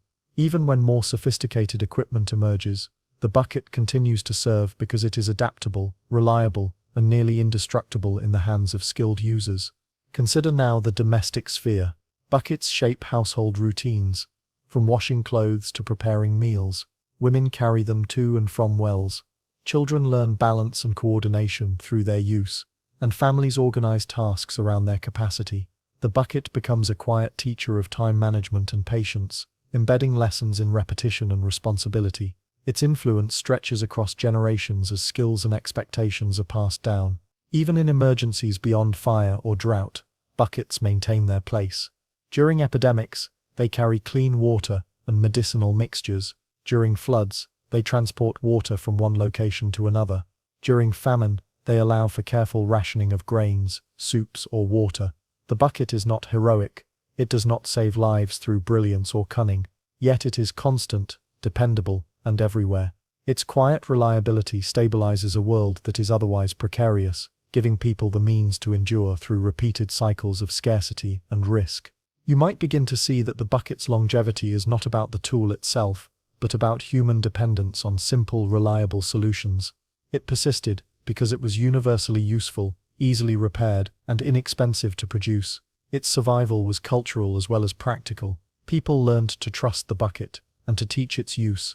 Skills, habits, and routines built around it became part of the social fabric. Generations passed, but the bucket remained a constant companion, shaping daily life in ways few written records acknowledge. By the late medieval period, buckets had become embedded in expectations and memory. Children learned early that survival, comfort, and productivity depended upon these containers. They carried water, supported work, and participated in emergency responses long before they fully understood why. As young villagers grew into adults, the lessons of balance, coordination, patience, and shared responsibility endured. The bucket silently instructed them in the practicalities of life, giving them skills that were essential for household management, agriculture, and trade. In modern times, remnants of this legacy remain. Farmers continue to use buckets for animal care, gardening, and composting. Traditional workshops and breweries still rely on wooden or metal buckets for certain tasks. Even emergency firefighting in rural areas often begins with a bucket line, and while technology has introduced pumps, pipes, and containers of various designs, the bucket's influence on human behavior and community structure echoes faintly in the patterns of work, coordination, and care that shaped historical societies. You pause now, reflecting on the journey from a simple wooden vessel to a fundamental pillar of medieval life. The bucket did not change the course of empires or invent new civilizations. It did not inspire treaties or battles, yet in its ordinariness, it became indispensable. It carried water, grain, mud, and life itself. It shaped social routines, economic stability, public health, and survival through countless generations. Its endurance reminds you that history is not only made by grand inventions or dramatic events, but also by small silent tools that sustain life day by day. And so, as you leave this story, one final thought emerges. If the bucket, so unremarkable and overlooked, held the weight of survival for centuries, how many other ordinary objects shaped the course of human history quietly, without ever being recorded? How much of what we take for granted in the modern world exists only because medieval people trusted their hands, their routines, and their simple wooden buckets to carry them through the uncertainty of each day? You step now into a world dominated by dim light, where day ends early and night lasts long. The medieval interior is mostly shadow, lit by a single hearth or the occasional shaft of sunlight through narrow windows. In this environment, one of the most critical objects quietly shapes every activity, every schedule, and even the patterns of thought: the candle. Small, often uneven, sometimes smoky, yet constant, the candle becomes an essential companion for households, workshops, churches, and hospitals alike. Its presence is both ordinary and transformative, defining not only the physical space, but also the daily rhythm of medieval life. In this first section, you will explore the candle not as a luxury but as a necessity. You will trace its slow evolution, examine the labor and resources that created it, and discover how such a seemingly modest source of light influenced survival, work, ritual, and social life.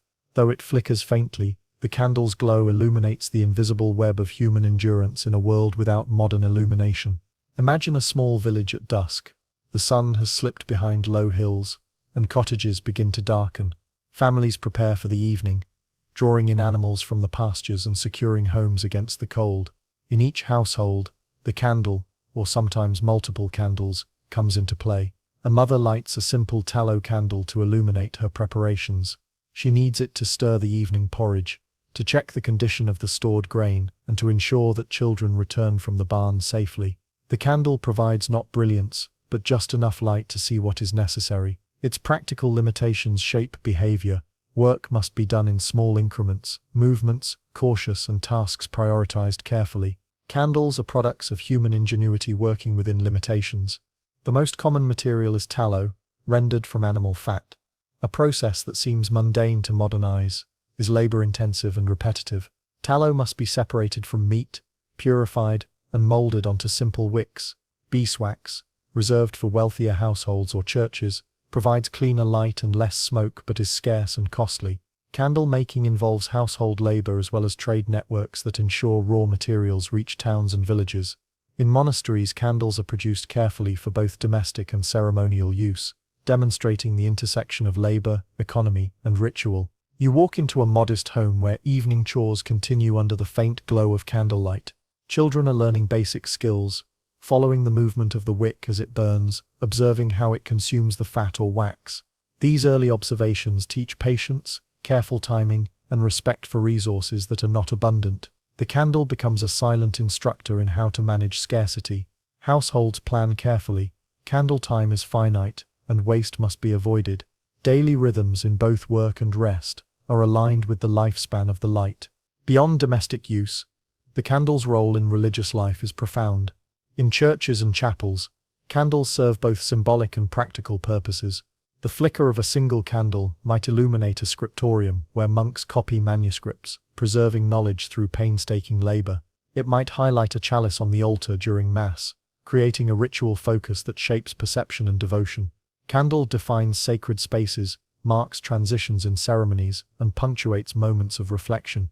Its value is both functional and symbolic. It allows religious practice to proceed, but it also conveys the metaphoric presence of light amid darkness, order amid uncertainty. Candles also influence work patterns beyond the home and church. In workshops, artisans rely on candlelight to extend their productive hours beyond daylight. Carpenters, tanners, and weavers adjust their tasks to align with the illumination available. Candles are not bright, and shadows often stretch across tables and floors, but they make precision possible where natural light is insufficient. Every movement is deliberate. Every task measured. Work extends into the evening slowly, deliberately, yet never recklessly. The candle imposes a rhythm that shapes labor itself. You move into the town square where merchants pack goods for travel. Candlelight in homes and shops signals activity but also caution. Streets remain dark. Travelers use torches or carry small personal candles when necessary. In crowded spaces, candlelight is carefully managed to prevent accidental fires. The flammability of the medium reinforces caution, attention, and the slow pace of daily tasks. In this way, the candle simultaneously enables activity and imposes limits, a duality that influences the entire culture of work, domestic life, and safety. Even in medicine, the candle is indispensable. Healers and apothecaries work long hours preparing remedies that must be precise. Patients require attention during illness at night, and candlelight provides the only tool for visibility. Its limitations dictate the scale of activity. Small wounds are treated immediately, more complex procedures postponed until sufficient daylight is available, or until several candles can illuminate the space. Here again, the candle shapes human decisions, imposing rhythm and constraint, quietly guiding the choices of daily life. The journey of a candle also intersects with social customs. Candles mark festivals, weddings, vigils, and commemorations. A candle-lit procession through a village signifies ritual importance and community cohesion. Even during ordinary evenings, the presence of candlelight fosters a sense of comfort, of continuity, and of home. People orient their schedules around the burning of candles, when to light, when to extinguish, how to conserve, and how to share resources across households. The humble candle becomes a medium of social organization, extending influence far beyond its apparent simplicity. You continue to follow the story of candlelight into larger towns and cities, where commercial demand rises. Candle makers operate workshops with apprentices learning the trade. The movement of tallow, wax, wicks, and molds creates networks of labor that connect rural farms to urban centers. Taxes, trade regulations, and guilds form around this small yet essential commodity. The candle supports not just domestic survival, but the entire urban economy, linking farmers, craftsmen, and merchants in a delicate chain that requires attention and planning. And yet, as you pause in the flickering glow, a question arises: if the candle shapes work, ritual, health, and social life, then how did societies adapt when candles were scarce, of poor quality, or consumed too quickly? How did people negotiate darkness when light was a precious commodity, rather than an abundant resource? This question lingers as the evening deepens, drawing you toward the next section where the story of the candle continues, revealing the delicate balance between necessity, economy, and human adaptation in medieval life. You begin this second section by lingering in the deepening shadows of medieval evening. The candle, once a simple source of light, now reveals itself as a quiet architect of daily life, shaping decisions, routines, and social structures. Its soft glow is more than illumination. It imposes rhythm, encourages planning, and enforces limits. In this section, you will explore how candles influenced labor, learning, economy, and human behavior, extending their reach far beyond the mere act of burning. Imagine a small household as night falls. The mother lights a pair of tallow candles, their faint smoke curling toward the rafters. The children gather near the hearth, and the family begins the evening routine. Because candlelight is limited, tasks must be prioritized, meals are prepared first, and laundry or cleaning is set aside. The act of lighting the candle dictates the order of work, forcing families to plan with care and precision. Each moment of illumination is precious, shaping both what can be accomplished and how energy is expended. Beyond domestic chores, candlelight profoundly affects learning and craftsmanship. In towns and monasteries, scribes work long hours copying manuscripts, their eyes tracing ink under faint light. A candle provides enough illumination to distinguish letters, but not enough to allow for rapid work. Mistakes are costly, patience becomes essential. Similarly, apprentices in workshops depend on candlelight for delicate work. Carpenters, weavers, and tanners adjust their movements to the subtle illumination, and their progress is deliberately paced. Candlelight imposes a discipline that daylight alone does not. It teaches focus, careful handling of materials, and attention to detail. The production of candles itself forms a complex network of labor and economy. Tallow must be rendered from animal fat, a process that involves boiling, skimming, and careful storage. Beeswax, more valuable and purer, requires specialized collection and refinement, often coming from distant monasteries or imports. Candle makers craft wicks, pour wax, and shape candles in molds, ensuring uniformity for customers who depend on predictable burn time. These processes create livelihoods across towns and villages. Every candle carries the work of multiple hands, a testament to the unseen labor that sustains everyday illumination. Candles also influence social life, particularly in urban settings. In crowded streets where sunlight rarely reaches lower levels, households rely on small candles to navigate stairs, halls, and passageways. Travelers carry portable candles to guide them home. Market activity often extends into evening hours because the glow of candles makes basic tasks visible. Community schedules revolve around lighting: when markets open, when guild halls meet, when apprentices work late in workshops. Candlelight orchestrates a quiet order, a framework that organizes life without ever announcing itself. In religious practice, the candle's role deepens. Monks in abbeys light hundreds of candles to maintain hours of prayer, meditation, and manuscript copying. Cathedrals rely on votive candles to mark sacred spaces, focusing attention and creating an atmosphere of reverence. In homes, a single candle may signify devotion, a ritual offering, or preparation for a festival. In each case, light guides behavior, shapes mood, and imparts structure to human activity. Its flicker is not merely visual, it is cultural, embedding practices into memory and habit. Health and safety, too, are intertwined with candle use. In towns without modern sanitation, candles allow early attention to sick family members, enabling water, poultices, and herbal remedies to be applied after dark. They illuminate the preparation of food, reducing the risk of contamination. Yet candles are also dangerous. Their open flame causes fires when knocked over, or placed too close to thatch, wood, or textiles. Households develop strategies to mitigate risk: candle holders, careful placement, and restricted use in risky areas. Thus, the candle simultaneously empowers and constrains human activity. The economic ripple of candle use extends to trade and taxation. Candle makers, both independent artisans and guild members, regulate production quality, pricing, and distribution. Markets depend on a reliable supply of tallow or beeswax candles, influencing livestock management, apiculture, and import networks. Even minor disruptions such as poor harvests, epidemics, or trade interruptions affect availability, compelling households to ration light. Candles become a barometer of economic and social stability, revealing how a small object mediates large-scale dependencies. Education, too, is molded by the limitations of candlelight. In homes or monastic schools, students study only as long as candles allow. The faint glow trains the eye to work within constraints, cultivating patience and attention. Scholars must plan their studies according to the rhythm of illumination, and manuscripts are copied deliberately, letter by letter. Candlelight imposes an unspoken pedagogy, shaping learning habits that extend across generations. Even leisure and cultural practices revolve around this modest source of light. Families gather to tell stories, play simple games, or engage in music and singing. Candlelight creates a cozy atmosphere, encourages attentiveness, and establishes boundaries. Nighttime activity is possible, but always measured, carefully managed, and circumscribed by the availability of resources.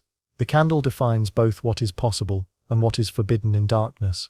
As the evening deepens, you notice that candlelight is also a symbol of human resilience. It is an object that converts raw, simple materials, fat, wax, and fiber, into illumination that shapes work, ritual, learning, and social cohesion. It is a tool for survival, a guide for culture, and a mirror of human ingenuity. Its persistence across centuries demonstrates the capacity of ordinary objects to influence extraordinary networks of behavior and organization. And yet, despite its utility and symbolic weight, the candle remains fragile. It burns down, leaving smoke, soot, and dripping wax. It demands careful attention and constant replacement. Its presence is temporary, yet its impact is enduring. As you reflect on the rhythm of medieval life shaped by these small flames, a question arises: if societies relied so heavily on candles for light, order, and coordination, how did people innovate when flame was scarce, or when night outlasted their available supply? How did the constraints imposed by such an ordinary object affect the trajectory of medieval productivity, culture, and survival? This question sets the stage for the final section, where the candle's influence reaches its climax, and you will explore how medieval people adapted, conserved, and reimagined light in a world that could not exist without it. You arrive now at the final section of this story, where the candle's quiet persistence reveals its profound influence on medieval life. In previous sections, you observed how candles illuminated homes, workshops, monasteries, markets, and streets, shaping schedules, work habits, and social interactions. You saw how a simple tool defined domestic routines, trade, religious devotion, and learning. Now, in this concluding section, you step back to examine how the candle shaped survival, innovation, and human adaptation, leaving a legacy that quietly extends into the modern world. Imagine a winter night in a village tucked between hills and forests. The wind howls outside, and frost covers the ground. Homes are dim and quiet, lit only by the flicker of tallow candles. For the family inside, these small flames are essential to life. The mother carries a bucket of water from the well, tending to chores illuminated only by candlelight. Children gather near the hearth to complete lessons or mend garments. Every action depends on the modest glow, and every mistake, knocking over a candle, spilling wax, or running out of illumination, could disrupt the carefully orchestrated rhythm of the household. The candle is no mere convenience. It is a lifeline that structures the night. Candle scarcity forced ingenuity and adaptation. Families learned to conserve light, trimming wicks, extinguishing candles when not needed, or placing multiple wicks in a single candle to extend burn time. Craftsmen devised holders and sconces to protect flames and maximize illumination. Communities organized candle production cooperatively, with apothecaries, tanners, and farmers contributing raw materials. Trade networks adjusted to the demand for beeswax, tallow, and wicks, creating an invisible infrastructure that kept homes, workshops, and religious spaces illuminated. The candle thus became a fulcrum of medieval planning, connecting labor, resource management, and social coordination. In churches, the candle's endurance shaped ritual, devotion, and the human experience of sacred space. During long nights of vigil, candles guided monks through hours of prayer and meditation.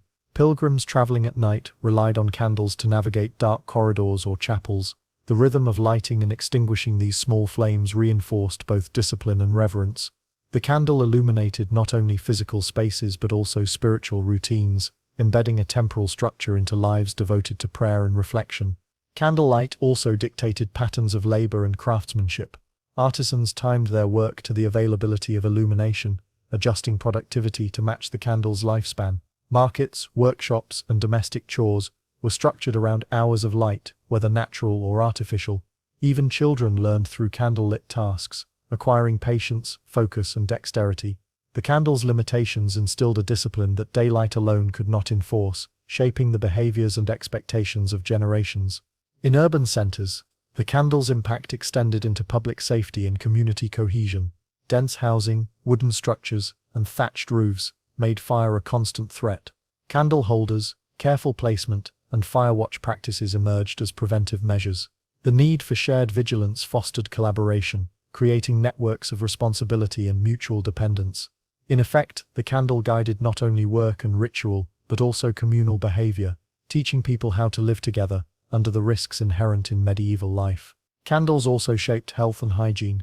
They enabled nighttime care of the sick, preparation of medicines, and monitoring of food safety. Even small actions such as checking water quality or inspecting stored grain required light. The candle's presence reduced uncertainty, allowed interventions during critical moments, and subtly improved survival rates. Its role was largely invisible to chroniclers, yet it directly influenced the quality and continuity of life. Over time, candles became part of culture and celebration. Festivals, weddings, and feasts relied on illumination for both function and symbolism. A candle-lit procession signified devotion, honor, or festivity. In homes, the shared glow fostered a sense of warmth, continuity, and comfort. The candle became a medium for both practical and emotional life, shaping experiences and memories in ways that transcend simple utility. As the medieval period gave way to the early modern era, alternatives emerged. Oil lamps, improved glass windows, and eventually manufactured candles supplemented traditional sources. Yet the candle's presence remained central, not because it was superior, but because it was familiar, adaptable, and reliable. Its influence persisted in ritual, labor, social habits, and domestic routines. It became an invisible thread connecting centuries of daily life, tying together survival, productivity, and culture in ways often overlooked by history. The candle's endurance demonstrates a larger principle. Ordinary tools can shape human experience in extraordinary ways. They guide behavior, create rhythms, support survival, and embed values across generations. The medieval candle, small and fragile though it was, illuminated not only rooms and streets, but also the structures of work, learning, ritual, and social order. Its modest flame cast shadows that stretched far beyond the immediate light, shaping the lives of countless individuals in subtle but profound ways. As you step back from this faint glow, a question lingers: if something as seemingly insignificant as a candle could determine the rhythm, productivity, safety, and culture of entire communities, what other ordinary objects in medieval life shaped survival, society, and human behavior in ways that history barely recorded?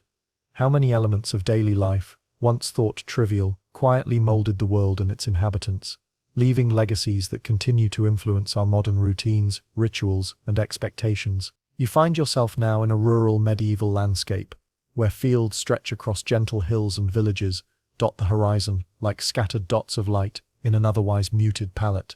Among the most overlooked but crucial elements of this landscape stands the hedge, a living, thorny barrier that separates fields, defines property, protects crops, and in subtle ways, structures medieval life. Though rarely recorded in chronicles or highlighted in historical accounts, hedges quietly shaped agriculture, labor, social order, and even survival. In this first section, you will explore how something as ordinary and unremarkable as a hedge became a central, enduring feature of daily life. You walk along a boundary of brambles and intertwined shrubs that marks the edge of a small farm. The hedge is not simply decorative, it is practical. Its thorns deter grazing livestock from wandering into cultivated land, protecting crops that take months to grow. Its dense foliage reduces wind damage to young plants, captures soil, and supports small wildlife that in turn aids the farm's ecosystem. The hedge is a silent worker, performing duties essential to productivity and survival. Its labor is invisible, yet it ensures that every seed sown has a chance to grow without being trampled or eaten prematurely. Hedges are also markers of property and social relations. In a medieval village, land is rarely unified under a single household. Instead, parcels are divided among families, communal fields, and manorial estates. The hedge serves as a living fence, signaling boundaries without requiring stone walls or permanent structures. You imagine a young farmer approaching the edge of his father's land, examining the hedgerow to confirm the boundary, noting how the pattern of plants and the occasional post mark the limit of his responsibility. Hedges become part of the legal and social fabric, silently communicating ownership, obligation, and neighborly expectation. You notice as you move closer that maintaining a hedge is laborious work, cutting back overgrowth, planting new shrubs, and training branches to intertwine demands time, skill, and repetition. Villagers schedule hedge work seasonally, often during winter when field work is limited. Families and neighbors may cooperate, passing the responsibility among households to ensure continuity. The process is methodical. Thorns are trimmed, gaps are filled, and protective measures are taken to prevent breaches by animals. Over time, a hedge becomes a living record of care, effort, and vigilance, reflecting the labor and attention of generations. Beyond their practical role, hedges shape movement and human interaction. Paths wind around hedgerows, guiding travelers, shepherds, and children. Livestock are funneled along specific routes, minimizing the risk of straying into crops. Hedges influence the layout of villages and fields, determining where houses, barns, and roads can be placed. They are both barrier and guide, constraining behavior while providing structure. You can almost trace the invisible hand of the hedge in every careful step of a person crossing the landscape, every choice about where to plant or build, every moment of vigilance. Hedges also support ecological functions, often unintentionally. Birds perch along the thorny branches, consuming insects that might otherwise damage crops. Small mammals burrow at the base, aerating soil and contributing to fertility. Flowering shrubs attract pollinators, enabling fruit and vegetable production. The hedge becomes an integrated part of the farm ecosystem, a bridge between human cultivation and the natural world. Its presence demonstrates a form of early environmental management, a deliberate and sustained interaction with nature that blends labor, observation, and adaptation. In times of conflict or lawlessness, hedges provide both protection and subtle defense. A well-maintained thorn hedge can deter thieves or raiders, channel movement, and delay intrusions. Its presence adds a layer of security without requiring constant human supervision. Similarly, hedges mark the domain of manorial authorities, signaling the extent of control and discouraging disputes. They are silent enforcers of boundaries, reducing the need for confrontation by shaping perception and expectation. Even in daily domestic routines, hedges leave their imprint. Families gather firewood from nearby shrubs, collect berries for food, and use twigs for fodder or simple tools. Children play along the edges, learning balance and dexterity as they navigate the bramble thickets. Hedges become part of childhood education, embedding lessons in care, caution, and observation. Each interaction with the hedge teaches respect for both nature and property, subtly transmitting values that guide behavior. You walk to a communal field where a large, ancient hedge separates different crops. Farmers must coordinate, ensuring that trimming or harvesting does not damage their neighbor's land. Meetings occur informally at the hedge itself, where disputes are resolved or agreements negotiated. The hedge is both a physical and social space, mediating interaction, cooperation, and occasional conflict. In this way, it is much more than a boundary. It is a stage upon which community life unfolds. Hedges also influence the rhythm of agricultural labor across the seasons. Spring and summer involve monitoring growth, preventing breaches, and ensuring livestock do not escape. Autumn requires clearing fallen leaves, collecting edible fruits, and repairing gaps before winter sets in. Winter focuses on trimming, planting new saplings, and reinforcing weak sections. Every season carries its own tasks, and the hedge dictates attention, movement, and effort. The cycle of maintenance reinforces discipline, foresight, and consistency, shaping habits that extend to other areas of work and life. The durability of hedges is remarkable. Unlike fences that rot quickly or require expensive materials, a well-managed hedge can persist for decades, sometimes centuries. Generations pass, yet the physical and functional presence of the hedge continues, silently influencing settlement patterns, crop success, and human behavior. In a way, the hedge outlives individual human effort, becoming a continuous, living record of human interaction with the environment. Yet as you pause and observe the winding hedgerows stretching across fields, a question arises: if such a simple living boundary can influence labor, ecology, social order, and survival, then what other elements of the medieval landscape shaped life in ways that went unnoticed by chroniclers? How much of daily human experience depended on the care, placement, and endurance of ordinary features like hedges, tools, and small sources of light, rather than on the grand events recorded in history books? You begin this second section by returning to the hedgerows that divide fields, pastures, and villages. In the first section, you observed their physical form, practical use, and subtle influence on medieval society. Now you will explore the broader implications of these living boundaries, how they affected labor patterns, social interactions, agricultural productivity, and the rhythms of daily life.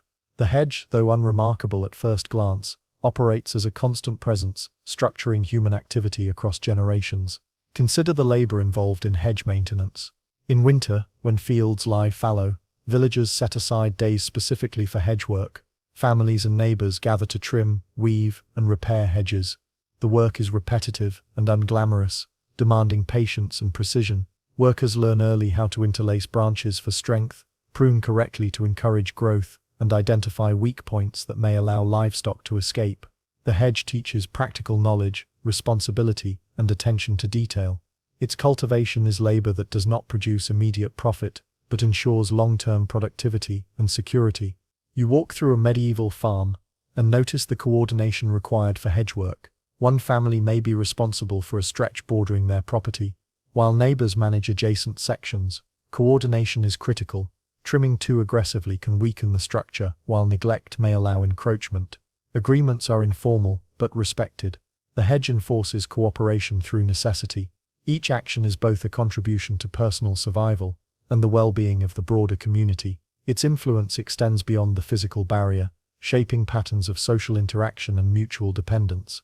The hedge also mediates access to resources. Along its edges, villagers collect firewood, twigs, and small branches. Birds nesting in the hedge provide eggs and meat, and berries supplement diets. Hedges often serve as natural beekeeping sites, supporting honey production. In this way, the hedge is simultaneously a boundary and a source of sustenance. Its role in resource management demonstrates the interconnectedness of natural and human systems in the medieval landscape. You now focus on the ecological benefits of hedges, which emerge as unintended but significant advantages. Hedges stabilize soil, reduce erosion, and provide shelter for beneficial insects. Small mammals burrow at the base, aerating the ground, while flowering shrubs attract pollinators. Farmers may not fully understand these interactions, yet they benefit from healthier soil, better yields, and reduced pest damage. Hedges integrate environmental management into daily life, making it an essential, if overlooked, element of medieval survival. In addition to ecology and labor, hedges shape the flow of movement. Cattle, sheep, and goats are guided along specific paths, reducing damage to crops. Travelers and villagers navigate fields and lanes using hedgerows as markers, ensuring that routes remain consistent and safe. Children play along their edges, learning spatial awareness and caution. The hedge establishes invisible highways across the landscape, creating patterns of movement that persist through generations. Disputes over hedges are rare but revealing. When gaps appear or boundaries are disputed, villagers convene to negotiate repairs or mark ownership more clearly. The hedge becomes a social arbiter, mediating conflicts without the need for formal adjudication. It enforces social order subtly, through physical presence and shared responsibility. In this sense, hedges are as much about human relationships as about agricultural management. Seasonal rhythms revolve around the hedge. In spring, farmers inspect growth and mend winter damage. Summer requires vigilance to prevent overgrowth or intrusion by livestock. Autumn focuses on harvesting hedgerow fruits and collecting firewood. Winter is for pruning and reinforcing weak sections. Each season teaches planning, prioritization, and awareness of environmental conditions. The hedge structures time as well as space, embedding itself into the temporal rhythms of medieval life. You now consider the hedge as a record of history. A well-maintained hedge may persist for decades, even centuries, outliving individual villagers. It is a living testament to labor, cooperation, and adaptation. Over time, the same hedge that protected crops for one generation continues to guide the next. Its continuity shapes settlement patterns, informs agricultural practices, and preserves knowledge of the landscape. In this way, the hedge functions as both a practical tool and a cultural artifact, silently recording the efforts of those who tended it. Hedges also shape economic and social hierarchies. Manorial lords rely on them to enforce boundaries and protect tenant lands. Farmers depend on their structure to secure property and ensure productivity. Craftsmen use hedge-derived wood for tools, fences, or fuel. Even markets indirectly depend on the reliability of hedgerows to maintain the flow of goods, ensuring livestock are controlled and crops are protected. The hedge integrates with multiple levels of medieval society, influencing decisions and outcomes far beyond its immediate physical presence. Finally, the hedge demonstrates the subtle ways ordinary features define human life.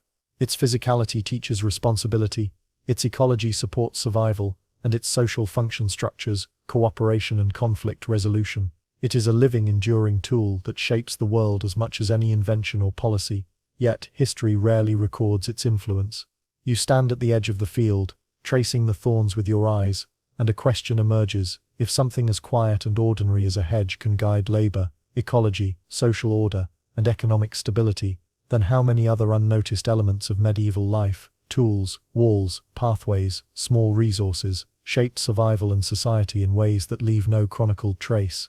You now reach the final section of this story, where the quiet persistence of medieval hedges reveals their profound and enduring impact. In previous sections you traced their practical, ecological, and social functions. You observed how they shaped labor, movement, property, and community interactions. Now you step back to see how these living boundaries left a legacy that extends far beyond their thorns and branches, quietly influencing survival, human behavior, and the structure of medieval life. Consider a farmer, returning from a day of work in late autumn. The fields are filled with harvested crops, livestock are secure, and the hedges stand strong along boundaries, trimmed and reinforced from the winter's labor. These hedgerows are more than protective barriers. They are living witnesses to decades of care and attention.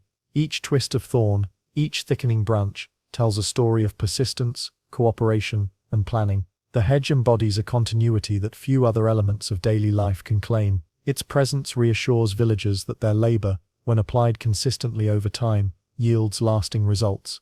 Hedges also serve as silent teachers of responsibility.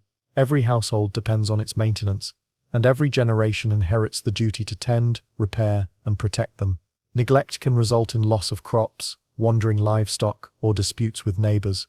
Through this quiet requirement, hedges instill habits of foresight, attention to detail, and shared responsibility. They are among the few elements of medieval life that bridge generations, passing knowledge and practice through direct engagement rather than through written record or formal instruction. The ecological impact of hedges becomes more apparent as you observe the landscape.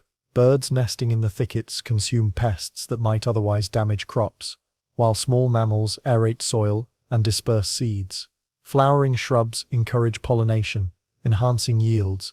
Hedges create microenvironments that regulate moisture, wind, and temperature in ways that influence agricultural success. Medieval villagers may not have fully understood these mechanisms, yet their careful cultivation of hedges demonstrates an intuitive grasp of ecological balance. In tending hedgerows, people shaped the natural world to support both survival and productivity. Hedges also structure human movement and community interaction. Livestock are funneled along predictable paths, reducing chaos in the fields. Villagers navigate through familiar routes defined by thickets, developing spatial awareness and memory tied directly to the landscape. Social interactions occur along hedge boundaries, where neighbors negotiate repairs, share resources, or resolve disputes. The hedge mediates relationships as much as it delineates property. It is both a physical and social instrument, shaping everyday human behavior in ways that are often invisible to historical records.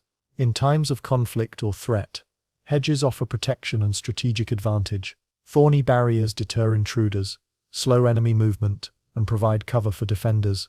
While simple, these natural fortifications contribute to the resilience of villages and farms. Hedges are not merely passive, they are active participants in the survival of the community.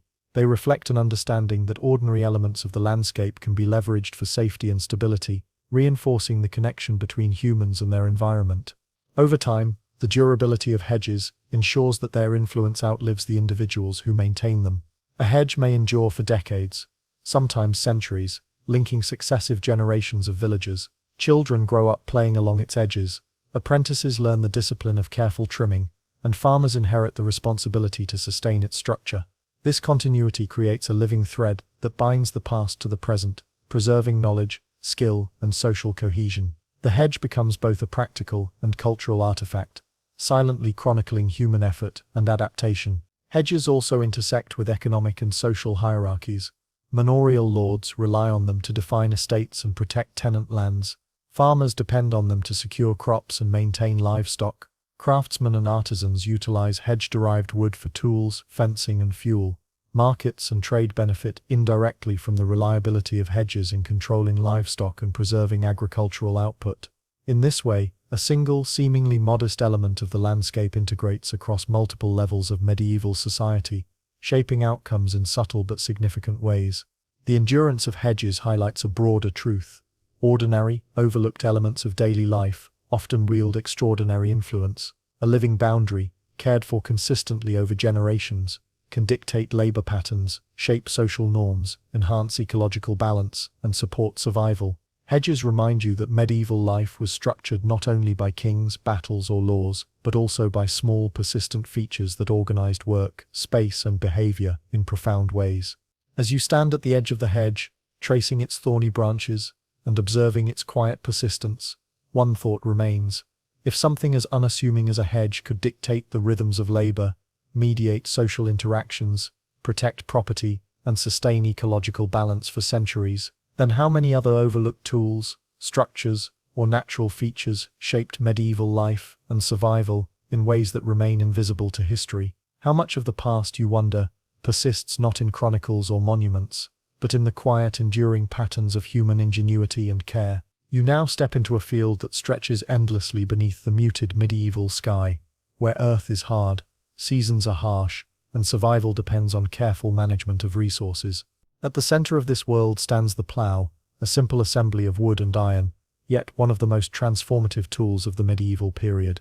Its presence shapes agriculture, labor, settlement patterns, and even the social order. In this first section, you will trace the origins, design, and daily use of the wooden plow, discovering how a modest tool quietly carried the weight of survival, productivity, and human ingenuity. Picture a small village in early spring. Farmers gather in the fields, preparing for sowing. The soil is dense, and the climate unpredictable. The wooden plow, drawn by oxen, or sometimes horses, is the key to turning this earth into productive farmland. Its wooden frame is reinforced with an iron share, the cutting edge allowing it to break through compacted soil. The handle, often worn smooth by repeated use, is gripped firmly as the plowman guides the oxen in straight lines across the field. The rhythm of the oxen, the resistance of the soil, and the steady hand of the farmer define the pace of work and the organization of the agricultural year. The construction of a plow is itself a labor of precision and skill.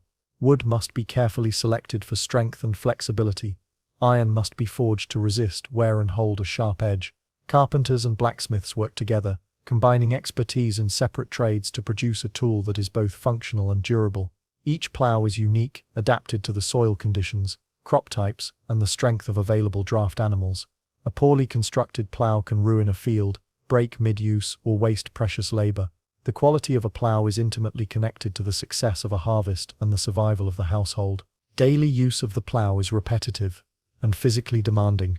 The plowman must maintain straight furrows, guide the oxen with constant attention, and adjust depth and angle to account for changes in soil consistency.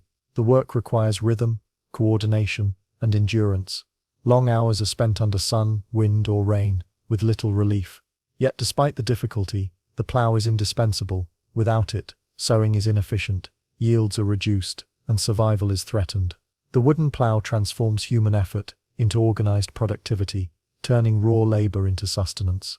The plow also shapes social structures. Villagers often work cooperatively, sharing plows and oxen to cover fields that exceed the capacity of a single household. Responsibilities are divided, schedules coordinated, and labor allocated according to ability and need. The plow becomes a focal point for cooperation, a tool that fosters interdependence. Its presence influences relationships, teaching both discipline and collaboration, and embedding social patterns that extend beyond the fields. Beyond individual villages, the wooden plow transforms entire regions. Areas previously unsuitable for cultivation become arable, enabling population growth, trade, and the development of markets. Communities expand, fields are divided systematically, and agricultural output increases. The plow is a catalyst for economic and social change, quietly laying the foundation for more complex settlements and interconnected trade networks. Its influence is both immediate, through the physical labor it facilitates, and long-term through the structural transformations it supports. Even within the domestic sphere, the plow exerts influence. Crop yields dictate household routines, meal schedules, storage, and resource allocation. Every family member, from children to elders, participates in tasks connected to the plow's work, whether feeding oxen, repairing wooden components, or assisting with sowing and harvesting. The plow structures daily life, weaving itself into the fabric of domestic responsibility, education, and labor distribution. Its presence is mundane, yet central, quietly shaping the rhythm of life.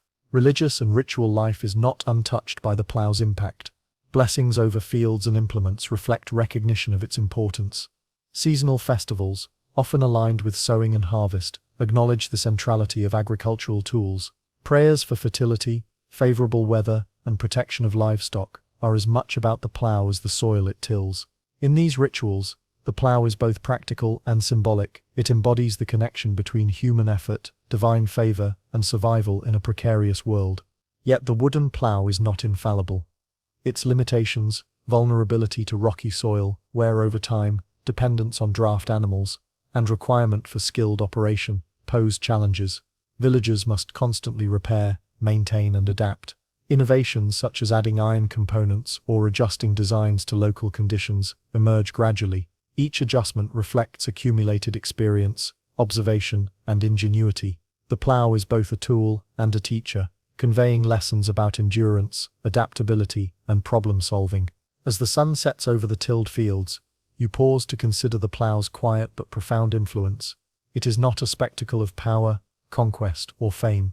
It does not inspire chronicles or poetry, yet its presence underpins survival, cooperation, and the slow transformation of landscapes and communities.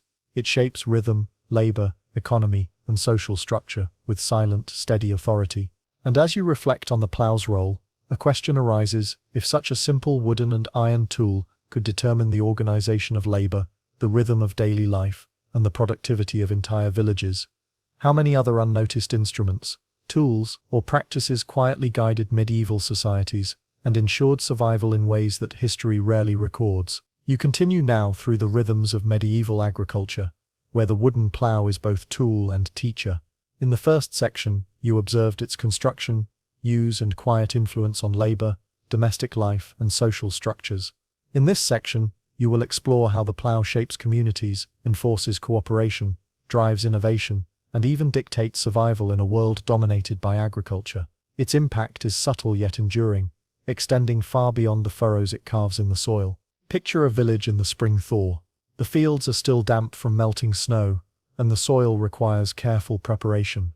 Plowmen guide their oxen across uneven terrain, each furrow a delicate balance of force and precision. The wooden plow, reinforced with iron, breaks the soil, turning the earth to expose nutrients and prepare it for seed.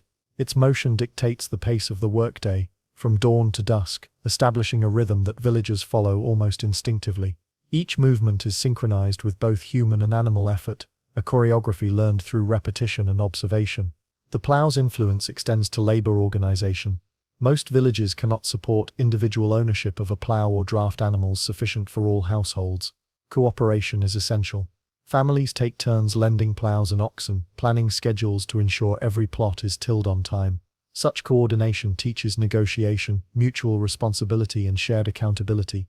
Hedges, fences, and field boundaries intersect with this work, guiding the allocation of resources and preventing conflict. The plow, therefore, is not merely a tool, it is a mechanism for social cohesion, embedding patterns of cooperation into daily life. The plow also shapes ecological and agricultural practice. Soil quality, crop rotation, and drainage all interact with the plow's use. Villagers learn, sometimes through trial and error, how to avoid compaction, manage moisture, and maximize yields. The plow dictates the scale and structure of fields, influencing decisions about where to sow grain, plant vegetables, or leave land fallow.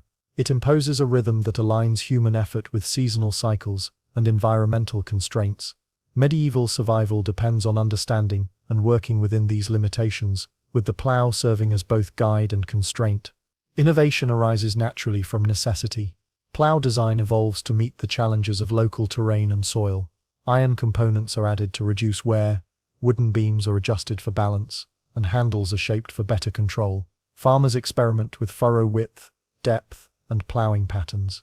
Each modification reflects accumulated knowledge, observation, and practical problem-solving. The plow becomes a vessel of incremental technological progress, demonstrating that even ordinary tools can drive subtle but meaningful change. You observe the connection between the plow and domestic life.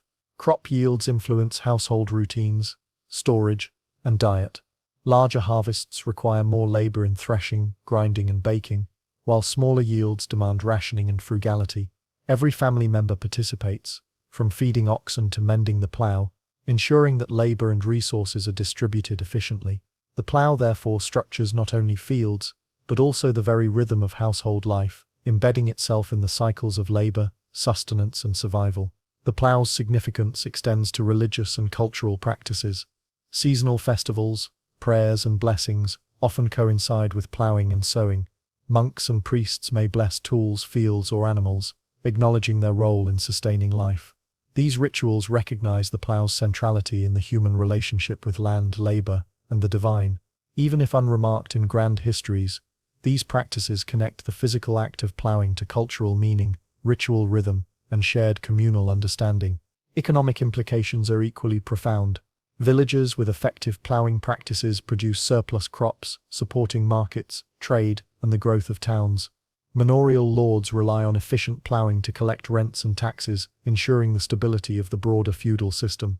The plow underpins wealth distribution, labor obligations, and the organization of rural society.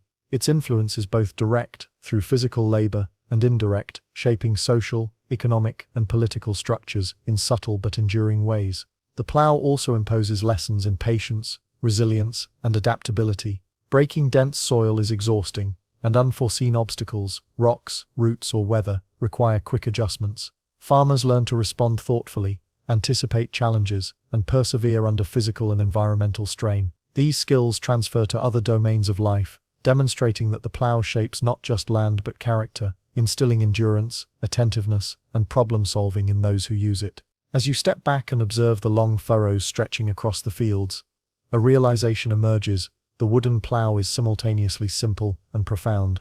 It is a tool, a teacher, a social organizer, and a driver of innovation. It quietly structures labor, cooperation, domestic routines, economy, and culture. Its influence extends far beyond what any chronicler might have recorded, touching every aspect of medieval life that depended on the land. And as the plow cuts through soil, day after day, year after year, a question arises: if this modest wooden and iron implement shaped labor, social structures, economy, and survival so profoundly, then what other overlooked tools or routines sustained medieval society, quietly guiding generations without ever earning mention in formal histories? How much of what we consider ordinary in historical life was, in fact, extraordinary in its consequences? You now reach the final section of this story, where the wooden plow's subtle but enduring impact on medieval life comes into full focus. In the previous sections, you traced its construction, use, and influence on labor, domestic life, social organization, and agriculture. Now you will explore how the plow shaped innovation, survival, and the rhythms of entire communities, leaving a legacy that quietly extends far beyond the medieval fields it tilled. Imagine a village at the peak of harvest season. The soil has been turned, seeds sown, and crops nurtured over months. Plowmen and villagers move in coordinated effort, oxen pulling plows through adjacent fields, marking neat furrows that promise nourishment and economic stability. The wooden plow, simple yet essential, defines the pace and pattern of these activities. Without it, labor is less efficient, yields reduced, and the survival of the village compromised. Its importance is understood intuitively. The plow is a quiet organizer of both human effort and environmental adaptation. The plow also drives innovation. Farmers experiment with adjustments in design: deeper furrows for heavier soils, iron fittings to reduce wear, and beam lengths to balance control and leverage. Communities share insights, passing knowledge from one village to another. These incremental improvements are not recorded in chronicles, but are critical for survival and efficiency. The plow, in its simplicity, becomes a vehicle for cumulative technological progress, demonstrating that ordinary tools often carry extraordinary influence. Agricultural productivity underpinned by the plow has social and economic consequences. Successful harvests ensure food security, reduce the risk of famine, and allow participation in markets and trade. Manorial lords rely on effective plowing to collect rent in kind, fund labor obligations, and maintain control over estates. Families organize around plowing schedules, coordinating labor to maximize efficiency. The plow structures daily routines, seasonal activities, and intergenerational cooperation, creating a rhythm that governs life from dawn to dusk and across the agricultural calendar. The plow's influence extends to domestic and cultural life. The yield of fields dictates meals, storage, and household labor. Children assist with feeding oxen, repairing wooden components, and preparing harvested crops. Festivals, prayers, and seasonal blessings often align with sowing and plowing, linking agricultural labor to ritual and community cohesion. The plow thus serves as a nexus between survival, social structure, and cultural practice, reinforcing the interconnectedness of work, belief, and life in medieval society. Even in the face of adversity, the plow demonstrates resilience and adaptability. Harsh winters, rocky soil, and unpredictable weather challenge farmers continually. The plow teaches patience, observation, and problem-solving, forcing users to adjust techniques and innovate solutions. These lessons extend beyond fields, influencing household management, resource allocation, and communal cooperation. Its role is both practical and instructive, shaping not only the land but also the character of those who work it. As time progresses, the plow's legacy becomes evident in the broader landscape. Fields expand, villages grow, and markets develop. Surplus production allows some individuals to pursue crafts, trade, and education, gradually transforming the medieval economy and society. The simple wooden and iron plow thus contributes to long-term structural changes, quietly setting the stage for social and technological evolution that reaches beyond the agrarian world. The plow's enduring presence highlights a larger truth. Ordinary objects often carry extraordinary consequences. A humble implement, repeatedly used, maintained, and refined, structures labor, shapes social organization, fosters innovation, and ensures survival. Its influence is both visible in the landscape and invisible in the routines, habits, and shared knowledge it engenders. The wooden plow demonstrates that medieval society was guided not only by political events or military campaigns, but also by the persistent, quiet work of tools that shaped daily life. As you stand at the edge of a field, observing neat rows cut by the plow, a final reflection emerges. If a simple wooden and iron tool could dictate labor, survival, economic stability, and social cohesion, then how many other overlooked instruments, practices, or routines played similar roles? How much of medieval life was structured by ordinary, almost invisible objects that carried the weight of survival and continuity, quietly guiding generations without ever earning recognition in the chronicles of history?